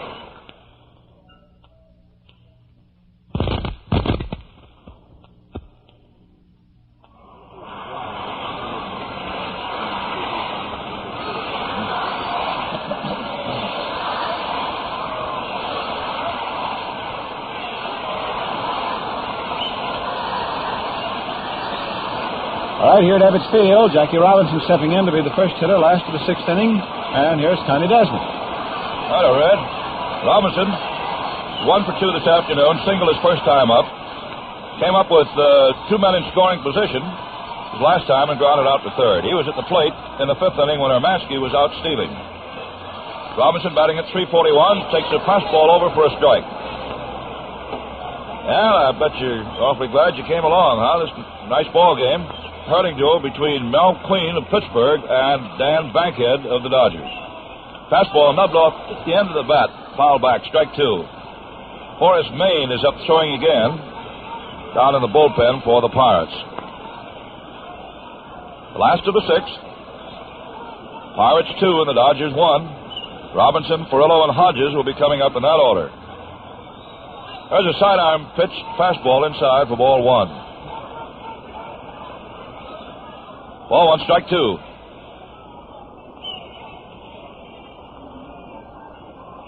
Now a left-hander gets up and starts to throw down there for the Pirates. Here's the 1-2 pitch to Jack. Swung on and a high fly ball sailing out along the left field line. Kiner is in under it, and Ralph takes it for the out. So Robinson, a fly ball to left with the first out in the last of the sixth. Carl Furillo, who singled his last time right up the middle. First time bounced out to shortstop Casalone. Furillo batting at 2-7-2. One out, nobody on. Fernandez was over the mound and now runs back to third. Now Queen breezing along here. Bill Whirl is throwing back of him now down in the bullpen. Left-hander. First pitch to Carl, inside for ball one. Gil Hodges moving out on deck. Outfield, deep and around towards left field, about 2 steps. Carl hits a lot to right.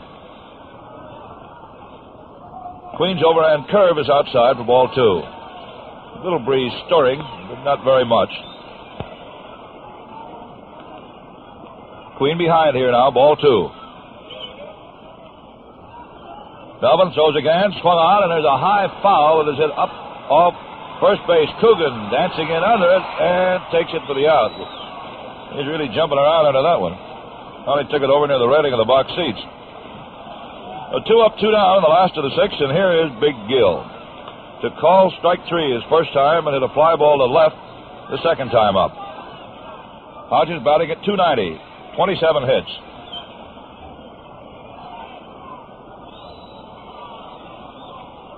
Outfield now shifts a bit around towards the left field line as this big right-hand pull hitter comes up, Gil Hodges. Queen's first pitch to him, swung on and lifted up over near the Pirate dugout. Here's Mueller coming over, but he can't get it. The ball just does get over the roof of the dugout and back into the stands. Of course, all of Mueller's mates, too, are up to catch him in case he is going to come on in if he had a chance for it. Del Rice the other day during the Cardinal series, he started over after a ball and saw that he couldn't get it. It was back in the stands, and he was coming so fast that he just went into a slide. Break his speed. The roof is concrete. Pitch is low in the dirt for ball one. Ball one, strike one. 2 out, nobody on. Pittsburgh 2, the Dodgers 1. Last half of the sixth inning. Post serial, sending it all your way. There's another curve. That one bends right in for a call strike. 1-2. Hodges has 4 home runs. He's knocked in 14 of the Dodger tallies this year, and he's batting at 290.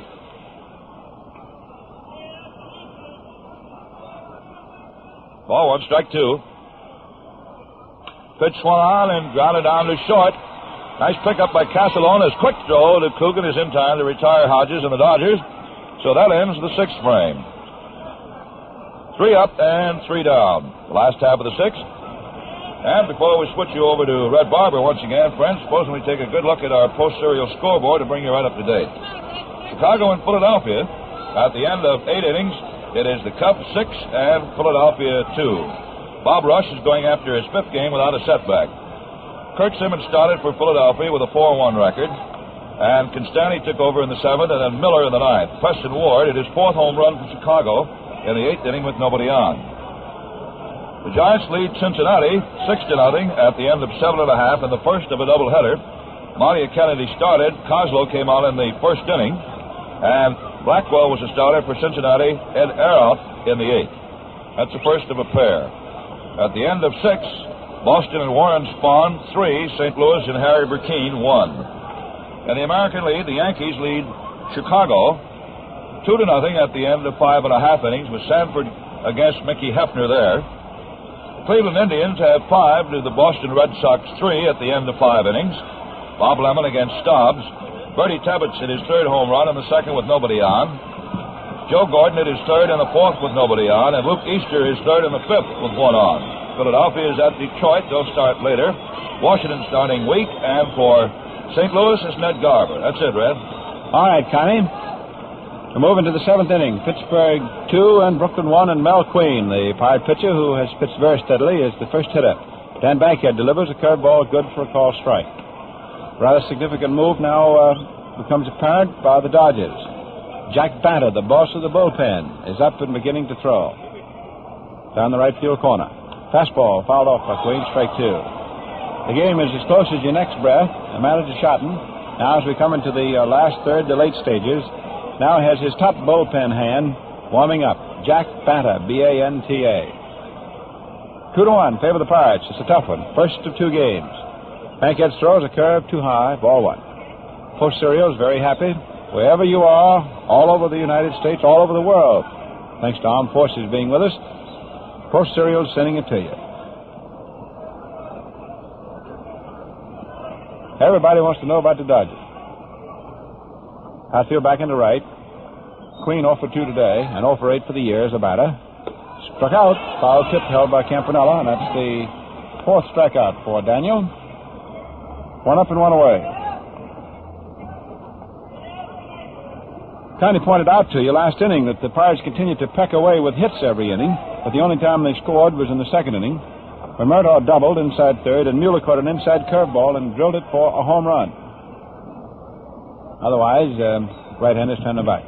Top of the order, Castellone up. Swings, fouls the pitch off, back on the screen, out of play. Strike 1. Castellone has a double and a single out of 3 at-bats, 8 for 40 for the year.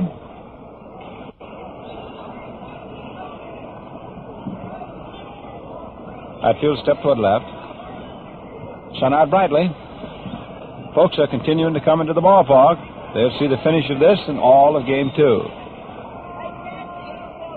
Throw, curve, swung on, and popped up. Second baseman Robinson running under. No, Reese, the shortstop, coming over, and it's Pee-wee making the catch well on the second base side between second and first, but he had a better angle than Jack, meaning that he didn't have the sun in his eyes. 2 up, 2 gone, top of the 7th. In addition to Batter working in the Brooklyn bullpen, Palika is up and throwing. So 2 strong-arm right-handers are going. No action right now for the Pirates. Center fielder Tommy Saffold, left-hand hitter, 0 for 3 today. For the year, hitting at 170. Bankhead's pitch, fastball high outside, ball 1. Bankhead is slated to hit third in the last of the 7th inning. But maybe that's another reason why they've got the bullpen going for Brooklyn. Foul tip. 1-1. 1 ball, 1 strike. Had a very nice crowd on hand. Lots of room in the park and people still coming in. Lots of baseball left.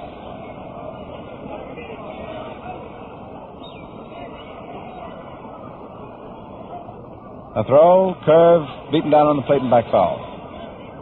1 ball, 2 strikes.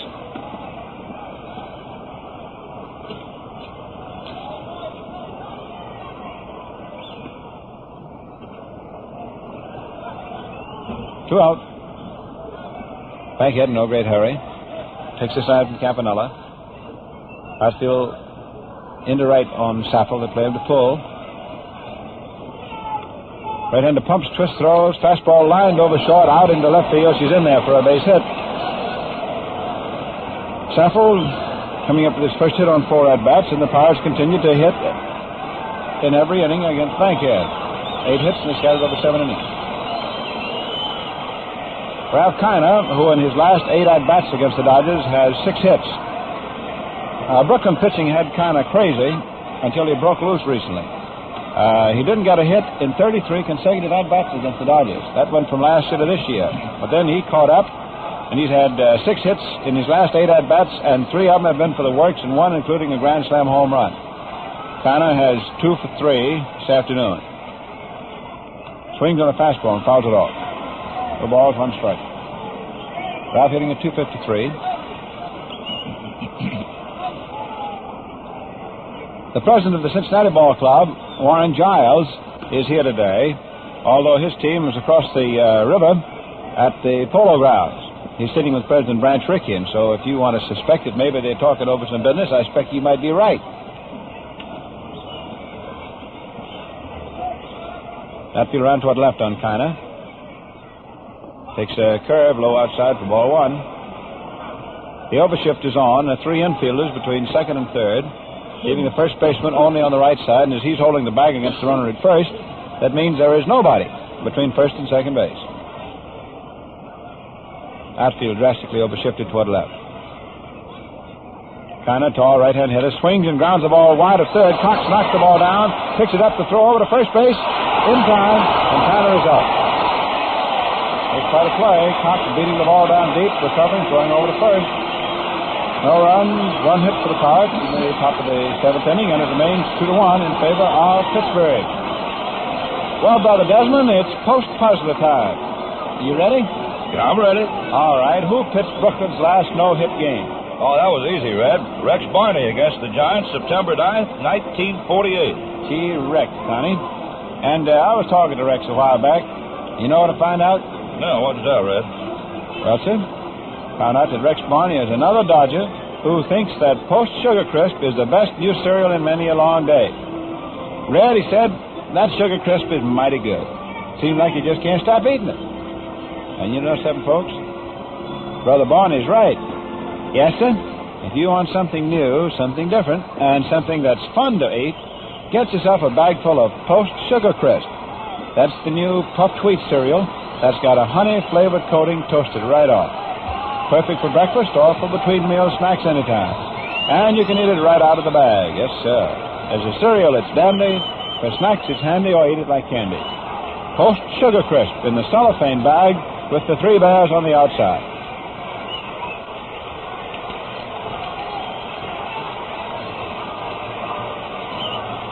Billy Cox, first up, last of the seventh. Takes a curve, good for a call strike. Mel Queen, who's had the manacles on the Dodgers, is going to work.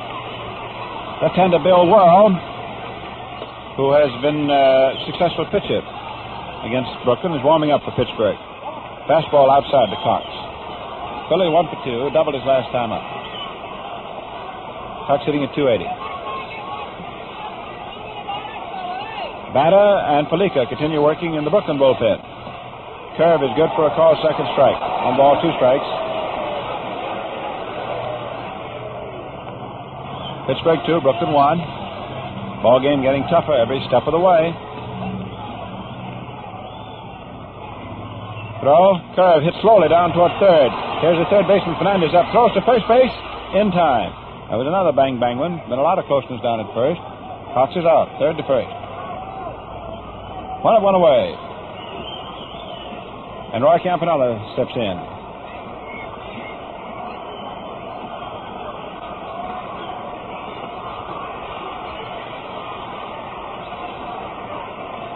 Whether or not manager Shotton is going to pinch hit or not remains to be seen. A lot of it depends on Campanella. Curve low outside. Ball 1. Shotton has not tipped his hand at all. He doesn't want Pittsburgh to know what he's got. Just how he's scumming a scheme. Reese, the leadoff man, is out on deck. Call strike, quick curve on the outside. The Cubs knock off the Phillies 7-2, and Bob Rush wins his 5th game without a setback.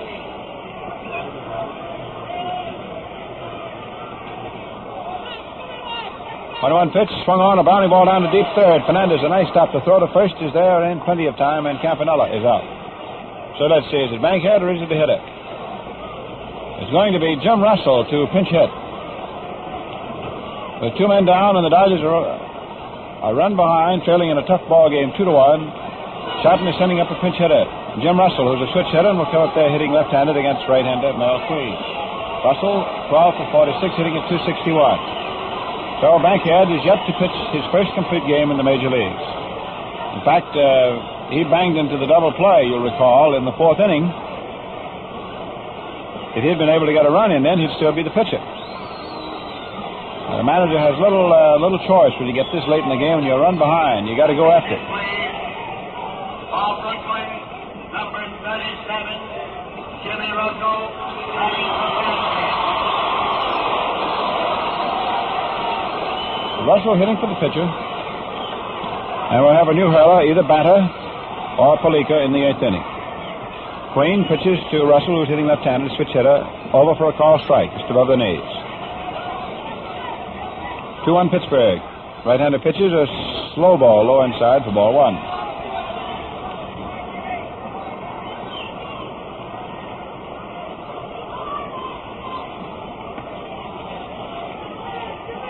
Queen, easy working right-handed, delivers a slow curve high inside.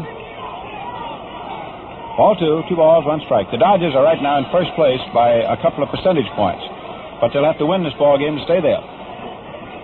The Phillies have just been beaten 7-2 by the Chicago Cubs. Rush has won his 5th game without a setback. Big Bob Rush seems to be coming into his own. Hatfield around toward right on Russell. Swings and grounds the ball down toward second. Murtaugh up with it, throws to first, and Russell is out. The Dodgers go down 1-2-3 in the last half of the 7th. And Hooters manage a shot and what? Palika or Batter? Jack Batter is being brought on. 2-1 favor the Pirates. Batter will be announced officially in just a second. B-A-N-T-A. Here's the announcer. Now coming into pitch for Brooklyn, number 11, Jack Batter. Batter making his 5th relief assignment. He's won a ball game, hasn't lost one. He's made a start. In fact, he made the start at Pittsburgh. Didn't survive it. Palika continues throwing in back of him. Batter coming on to take over. Fernandez, Westlake, Coogan. The Pittsburgh hitters, the strong ones, are primarily right-hand batters, and so right-handers saved up for them. Especially at Pittsburgh with that near fence in left field.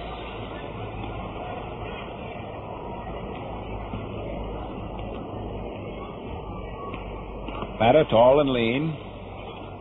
That was quite a sight that will stick in your mind when you recollect the last game of last year was at Philadelphia, and the Dodgers and the Phils were having an awful battle. And no matter who managed a shot and put in there, the Phils ate him up. And finally, Batter came on to relieve.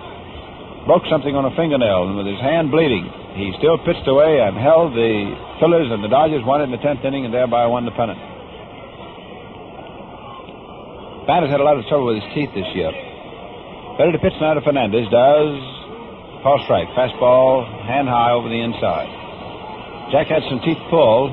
They were pretty well impacted. Apparently some infection got in there, and he's been having that worked on. Fernandez hitting .250. Takes strike 2. That was a curveball. Same spot. Fernandez walking back of the plate talking to Donatelli. I don't think he's been pleased with the call on either one of the last 2 pitches. Batter, tall, raw bone, whipcord, kicks, throws, ball hit foul, past third. Third base coach Goldie Holt had to get down and underneath and keep from losing the horn. Right, 0-2.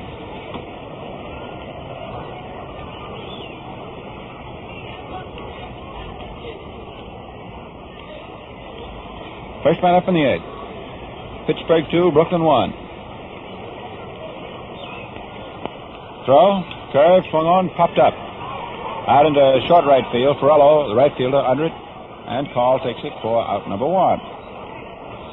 1 up, 1 away, starting the 8th inning. Wally Westlake,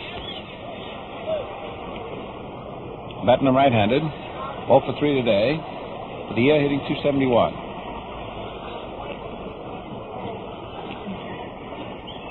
Outfield edge toward left. Curve low outside. Batter, a tall right-hander.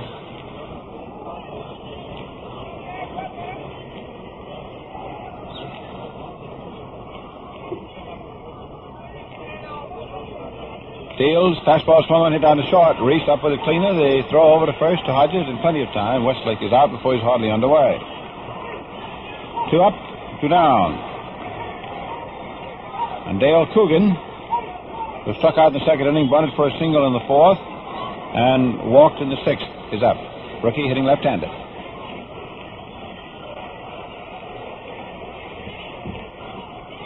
Coogan from out on the coast. He's a big kid, good-looking kid, and a fine prospect. Takes a pitch outside, ball one. He's a little green yet for the major leagues, but they want to have him around for a while before they send him out, so the next time he comes up, he'll have it. Pitch inside at the knees, ball two. Telling you a little bit ago that Warren Giles of the Cincinnati Club is here, sitting with Branch Rickey. Also the general manager of the Pirates, Roy Hamey, sitting down in a field seat by the Pittsburgh dugout. 2-0 pitch. High outside for ball three. Giles and Rickey are sitting together in the Brooklyn President's box. Hamey is in the visitors' field box. He's sitting down there alone. He's been down there all the time. He hadn't been in any consultation with either Giles or Rickey. 3-0 pitch in there for a strike.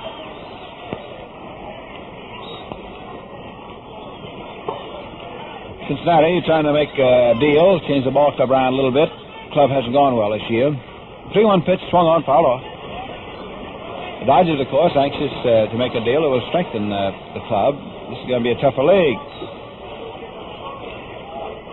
Tougher league than most people figured. The unexpectedly strength of the Phillies has pushed the league around quite a bit. 3-2 pitch is swung on, foul off. Fans howling about the scramble for the foul ball.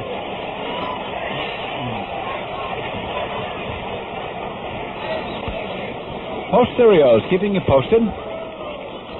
We continue on the 8th inning. Batter pitches 3-2, and Coogan stays off of a inside curveball, walks to first base. First walk given up by Jack.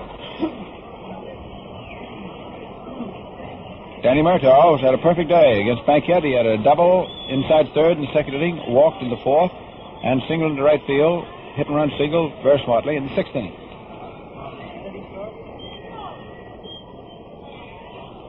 Overly close stance.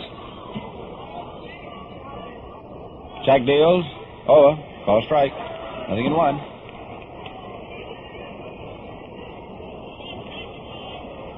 Coogan ready to take off and go. 2 out. He's been trying to run all afternoon. Throw him out wasn't a tip to steal. Campanella throws down to first base. Not in time.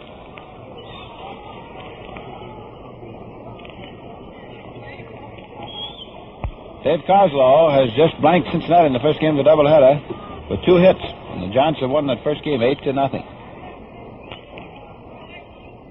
1-1 pitch is a curve outside. Campanella unhappy on the call.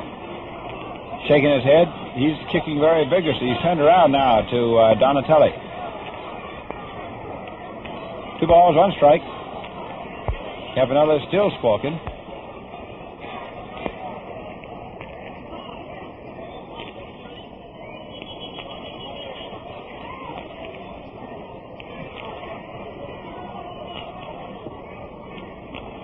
Tall right-hander. Deals. Fastball swung on, a high foul on the screen, out of play. 2-2. In the first game of the doubleheader at the Polo Grounds, the Giants 8 runs, 4 hits, and 2 errors. Coslow going all the way. His record is now 2-4. For Cincinnati, no runs, 2 hits, and 1 error. Blackwell started, Eddie Erod in the 8th inning, and Johnny Hetke in the 8th inning. Chicago has knocked off the Phillies 7-2. That's a single game.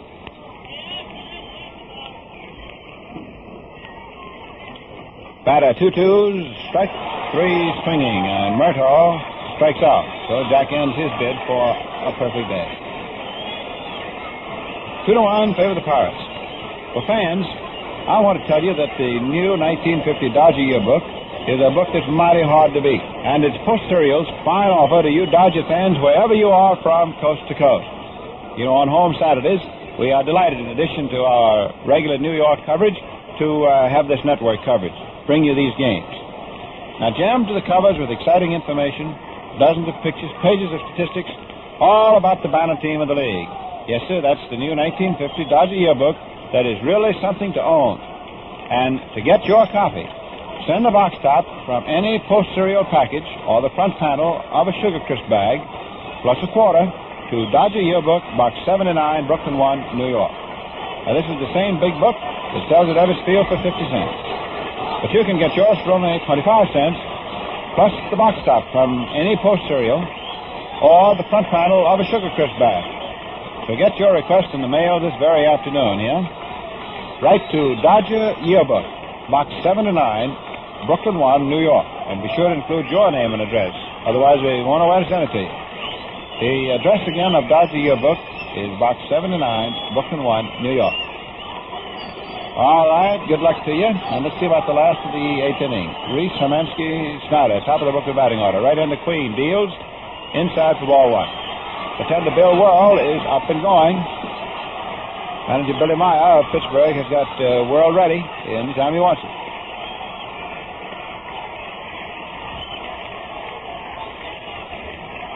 Throw, over, fastball. 1 ball, 1 strike. Queen is Pittsburgh's sound ball.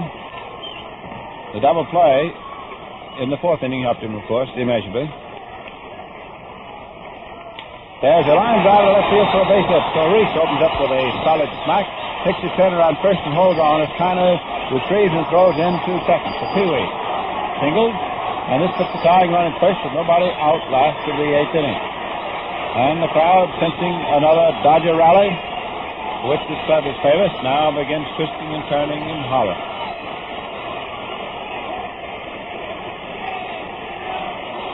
Gene Hermansky, who has 2 hits today and 4 hits for 8 at-bats this year, steps in. Queen throws to first, holding Reese up. Pass of the infield draped in. Hermansky sets the bunt and takes high outside for ball 1. Reese at first.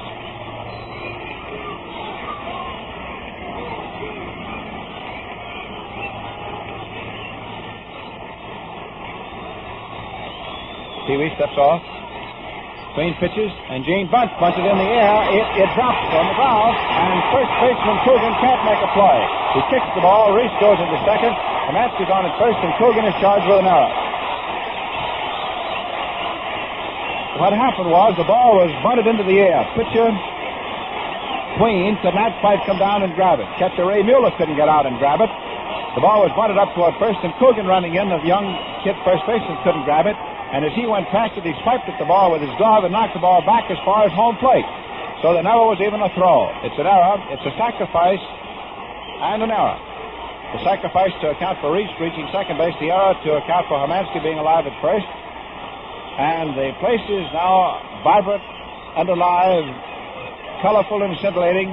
Never a dull day at Ebbets Field.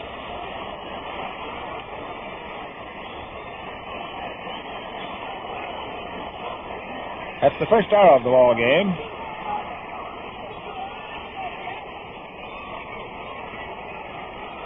Snyder, who drove in Brooklyn's run with a single earlier, is hitting at .311. The Pirates are looking for the bunt again, man at first and second. There it is, up toward third. The bunt is fielded to first base in time, and Snyder is out. The pitcher Queen fielding the ball, throwing it over to second baseman Murtaugh, who covered. So Snyder sacrifices himself to move Hermansky to second, and more important, to get Reese over to third. So the tying run and the possible winning run are at third and second. The batter is Jackie Robinson, defending batting champion, who has 1 for 3 today, and they're going to walk him. Jack will not get a chance to swing. He's going to be put on.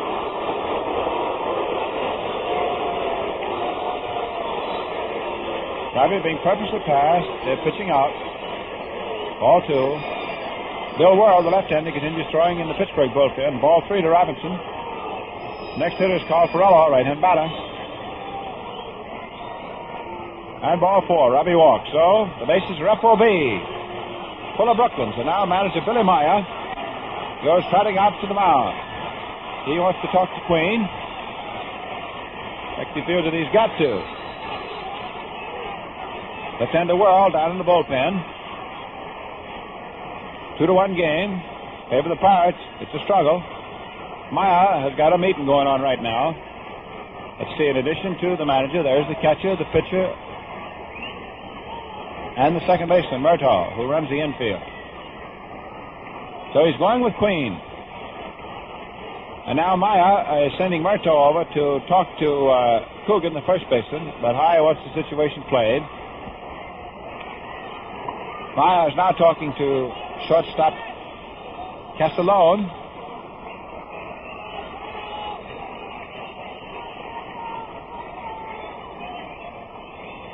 Three men are on, one man out, last of the eighth. It's a big moment, and we're awfully glad that you've joined us, and Post Cereal is very pleased to bring this to you. And if you're enjoying it, you remember that when you step in the grocery store here. Four-letter word, Post, P-O-S-T. That's it. All right, Perello, the hitter. Here's the pitch. Carr swings. It's a high foul ball. Close to the stands. Mueller coming over, and he makes a fine catch of it right at the edge of the Pittsburgh dugout. Ray Mueller made a fine catch right at the very edge of the concrete of the Pittsburgh dugout, and Perello is unable to get in the tying run.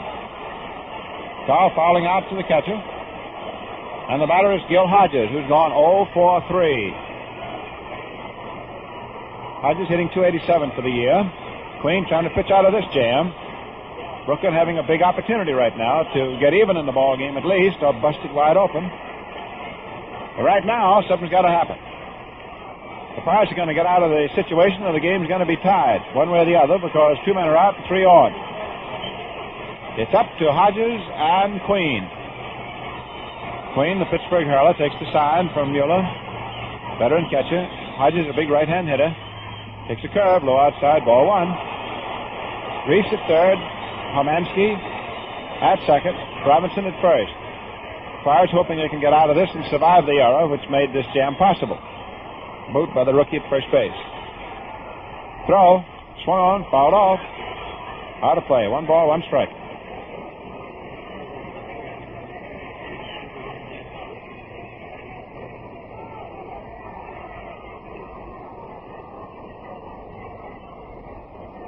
Hodges going over to fool with the batter's rosin bag.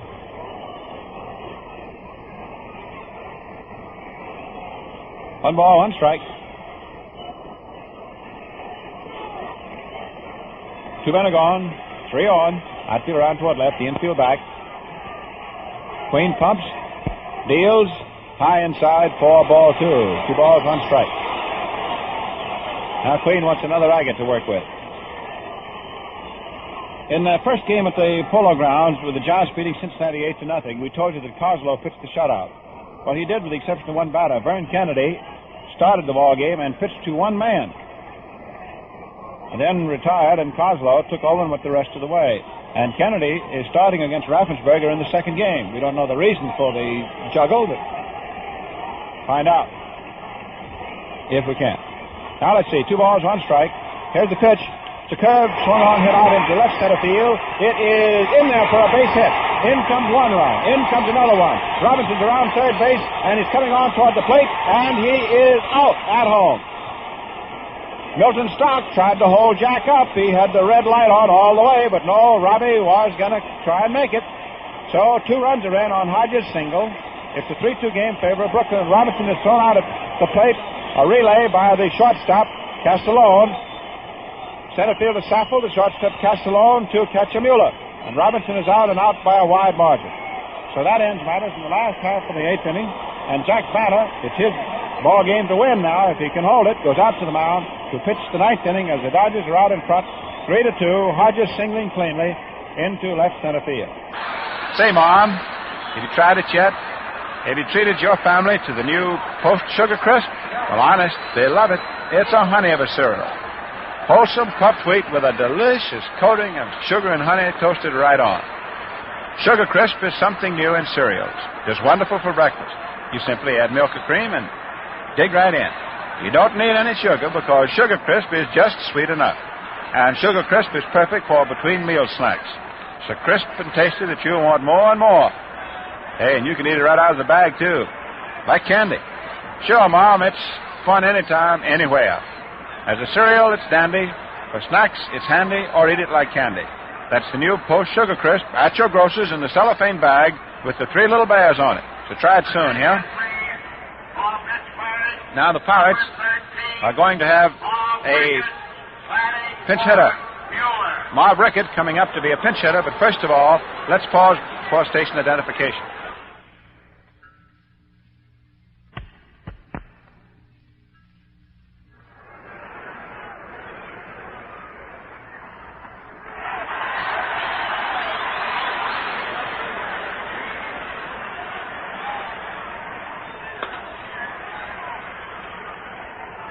All right, we're at Ebbets Field, and Jack Banner is pitching to pinch hitter Marv Rickett. There's a curve swung on and missed for a strike. Banner back over, and it is called strike two. No balls, 2 strikes. Rickett wearing number 13. Got a golf glove on his left hand. Left-hand hitter. Outfield around toward right.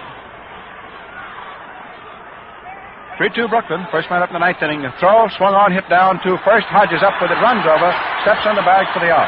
1 man gone. So Rickett up there hitting for Mueller is retired. 3-2, favor the Dodgers.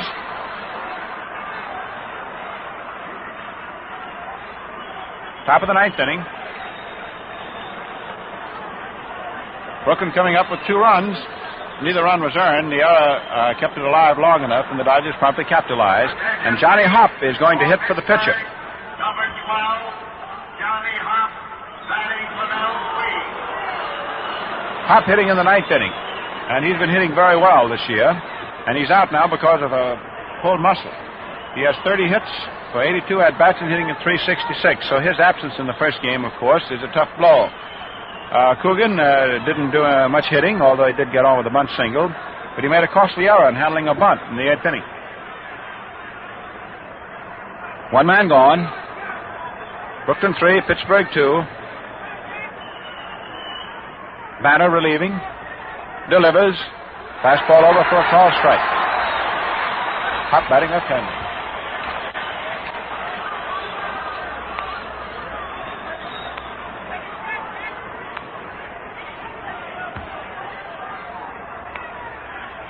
Curve, low inside, ball 1.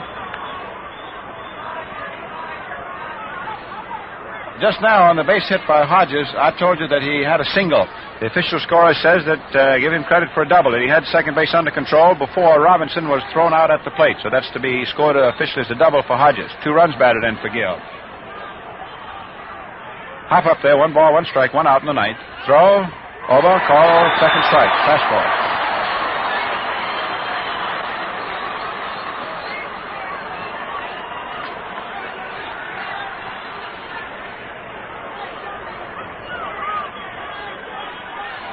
Brooklyn 3, Pittsburgh 2. It's a tough one, and we're down here at the wire. Right-hander kicks, throws outside with the fastball, just missing, and it is 2 balls, 2 strikes. Palika is working in the Brooklyn bullpen, but working rather easily because he's ready in the event that Batta has any trouble here in the top of the 9th. Batta trying to nail this one down. It's his ball game if he can do it. These 2 runs are his. It happened just now in the 8th inning. Right-hander pitches. The curve just missing outside, and it is 3-2. 3 balls, 2 strikes.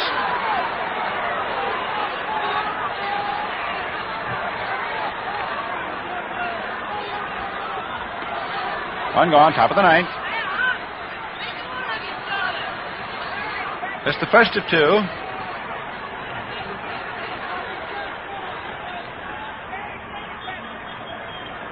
Hot ball set.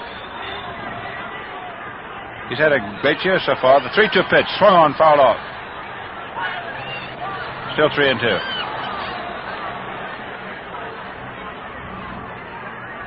One gone. Waiting out on deck, top of the order, Pete Castellone.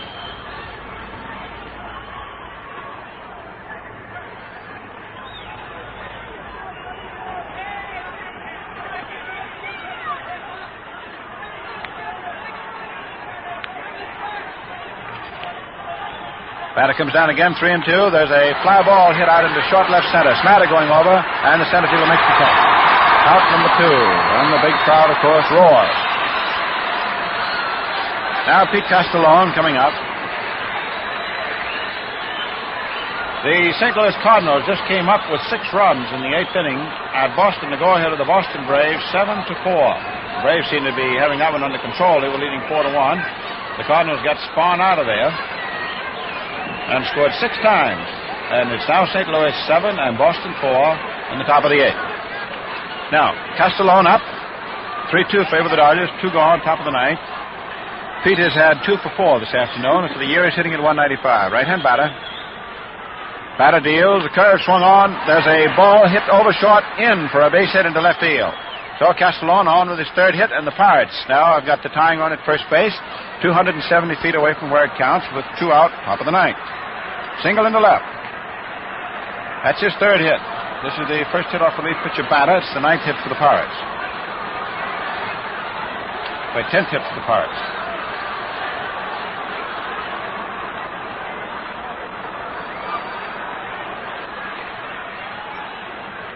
Center fielder and left-hand hitter Tommy Saffel.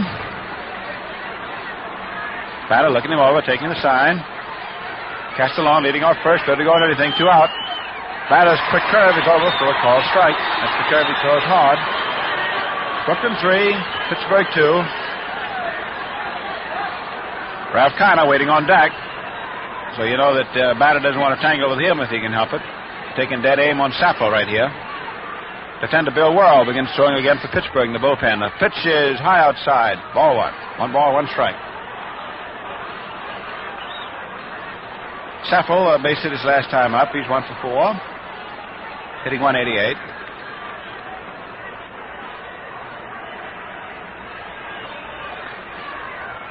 Outfield slanted toward right. The wind is blowing from left to right. Batter's pitch swung on and missed. Curveball. And it's 1-2. 1 ball, 2 strikes. Tall, lanky Kenson. Reese coming over from short, talking to Banta. Campanella settling down. Steady catcher. Boy, he does a job back of that dish. Gives the sign. 2 gone. Pirates trying to hang on, get even. Dodgers trying to cut it off. 1-2 pitch.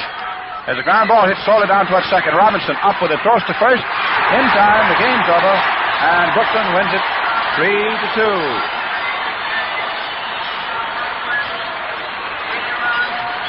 So Brooklyn wins 3-2, and that's the ball game down there at first base. That's the first game of the doubleheader. We'll go over some runs, hits, and some errors, and etc. just a moment. But one thing about these Dodgers, they know that they've got to play hard to repeat on that pennant, and they've just gone back into first place right now, winning this ball game as Philadelphia has been beaten by Chicago this afternoon. And for the Dodgers to repeat on the pennant, they've got to stay in the peak of condition.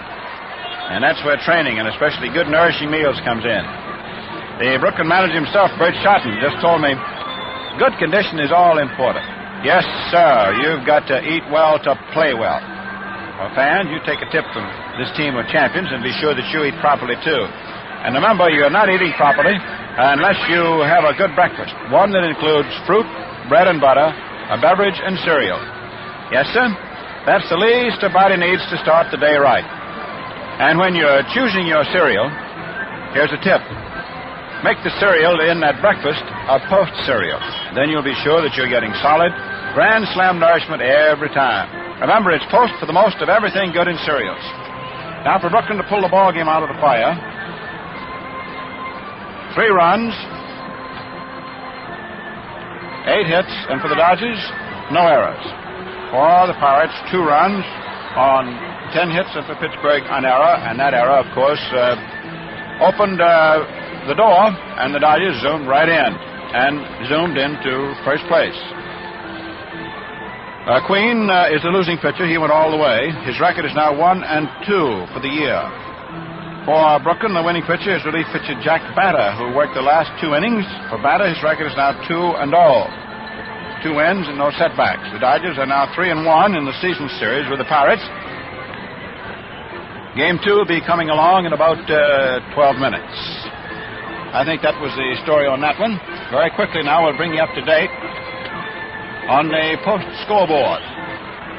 As we told you, Philadelphia lost its single game today, the Cubs winning 7-2. Bob Rushwood all the way, and the big young right-hander has now won 5 and hasn't lost for the Little Bears. 7 runs, 10 hits, and 1 error for Chicago. Philadelphia, 2 runs, 5 hits, and no errors. Kurt Simmons, who has won 4, lost his second ball game. Constanti in the 7th, and Bob Miller in the 9th. There was 1 home run. Preston Ward of the Cubs in the 8th inning, hitting his 4th. In the first game of the doubleheader, the Giants beat the Reds 8-0 for New York. 8 runs, 14 hits, and 2 errors. Kennedy pitched to the first hitter, then Kozlow went the rest of the way, and of course for Kozlow, it's the win.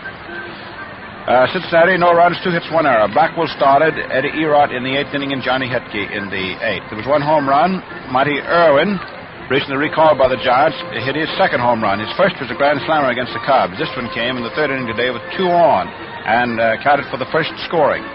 In the second game over there at the Polo Grounds, Raffensperger, with the old fly-casting delivery, is going for the Reds, and Kennedy, who pitched to 1 man, the first one of the first game, is the starting pitcher in the second game.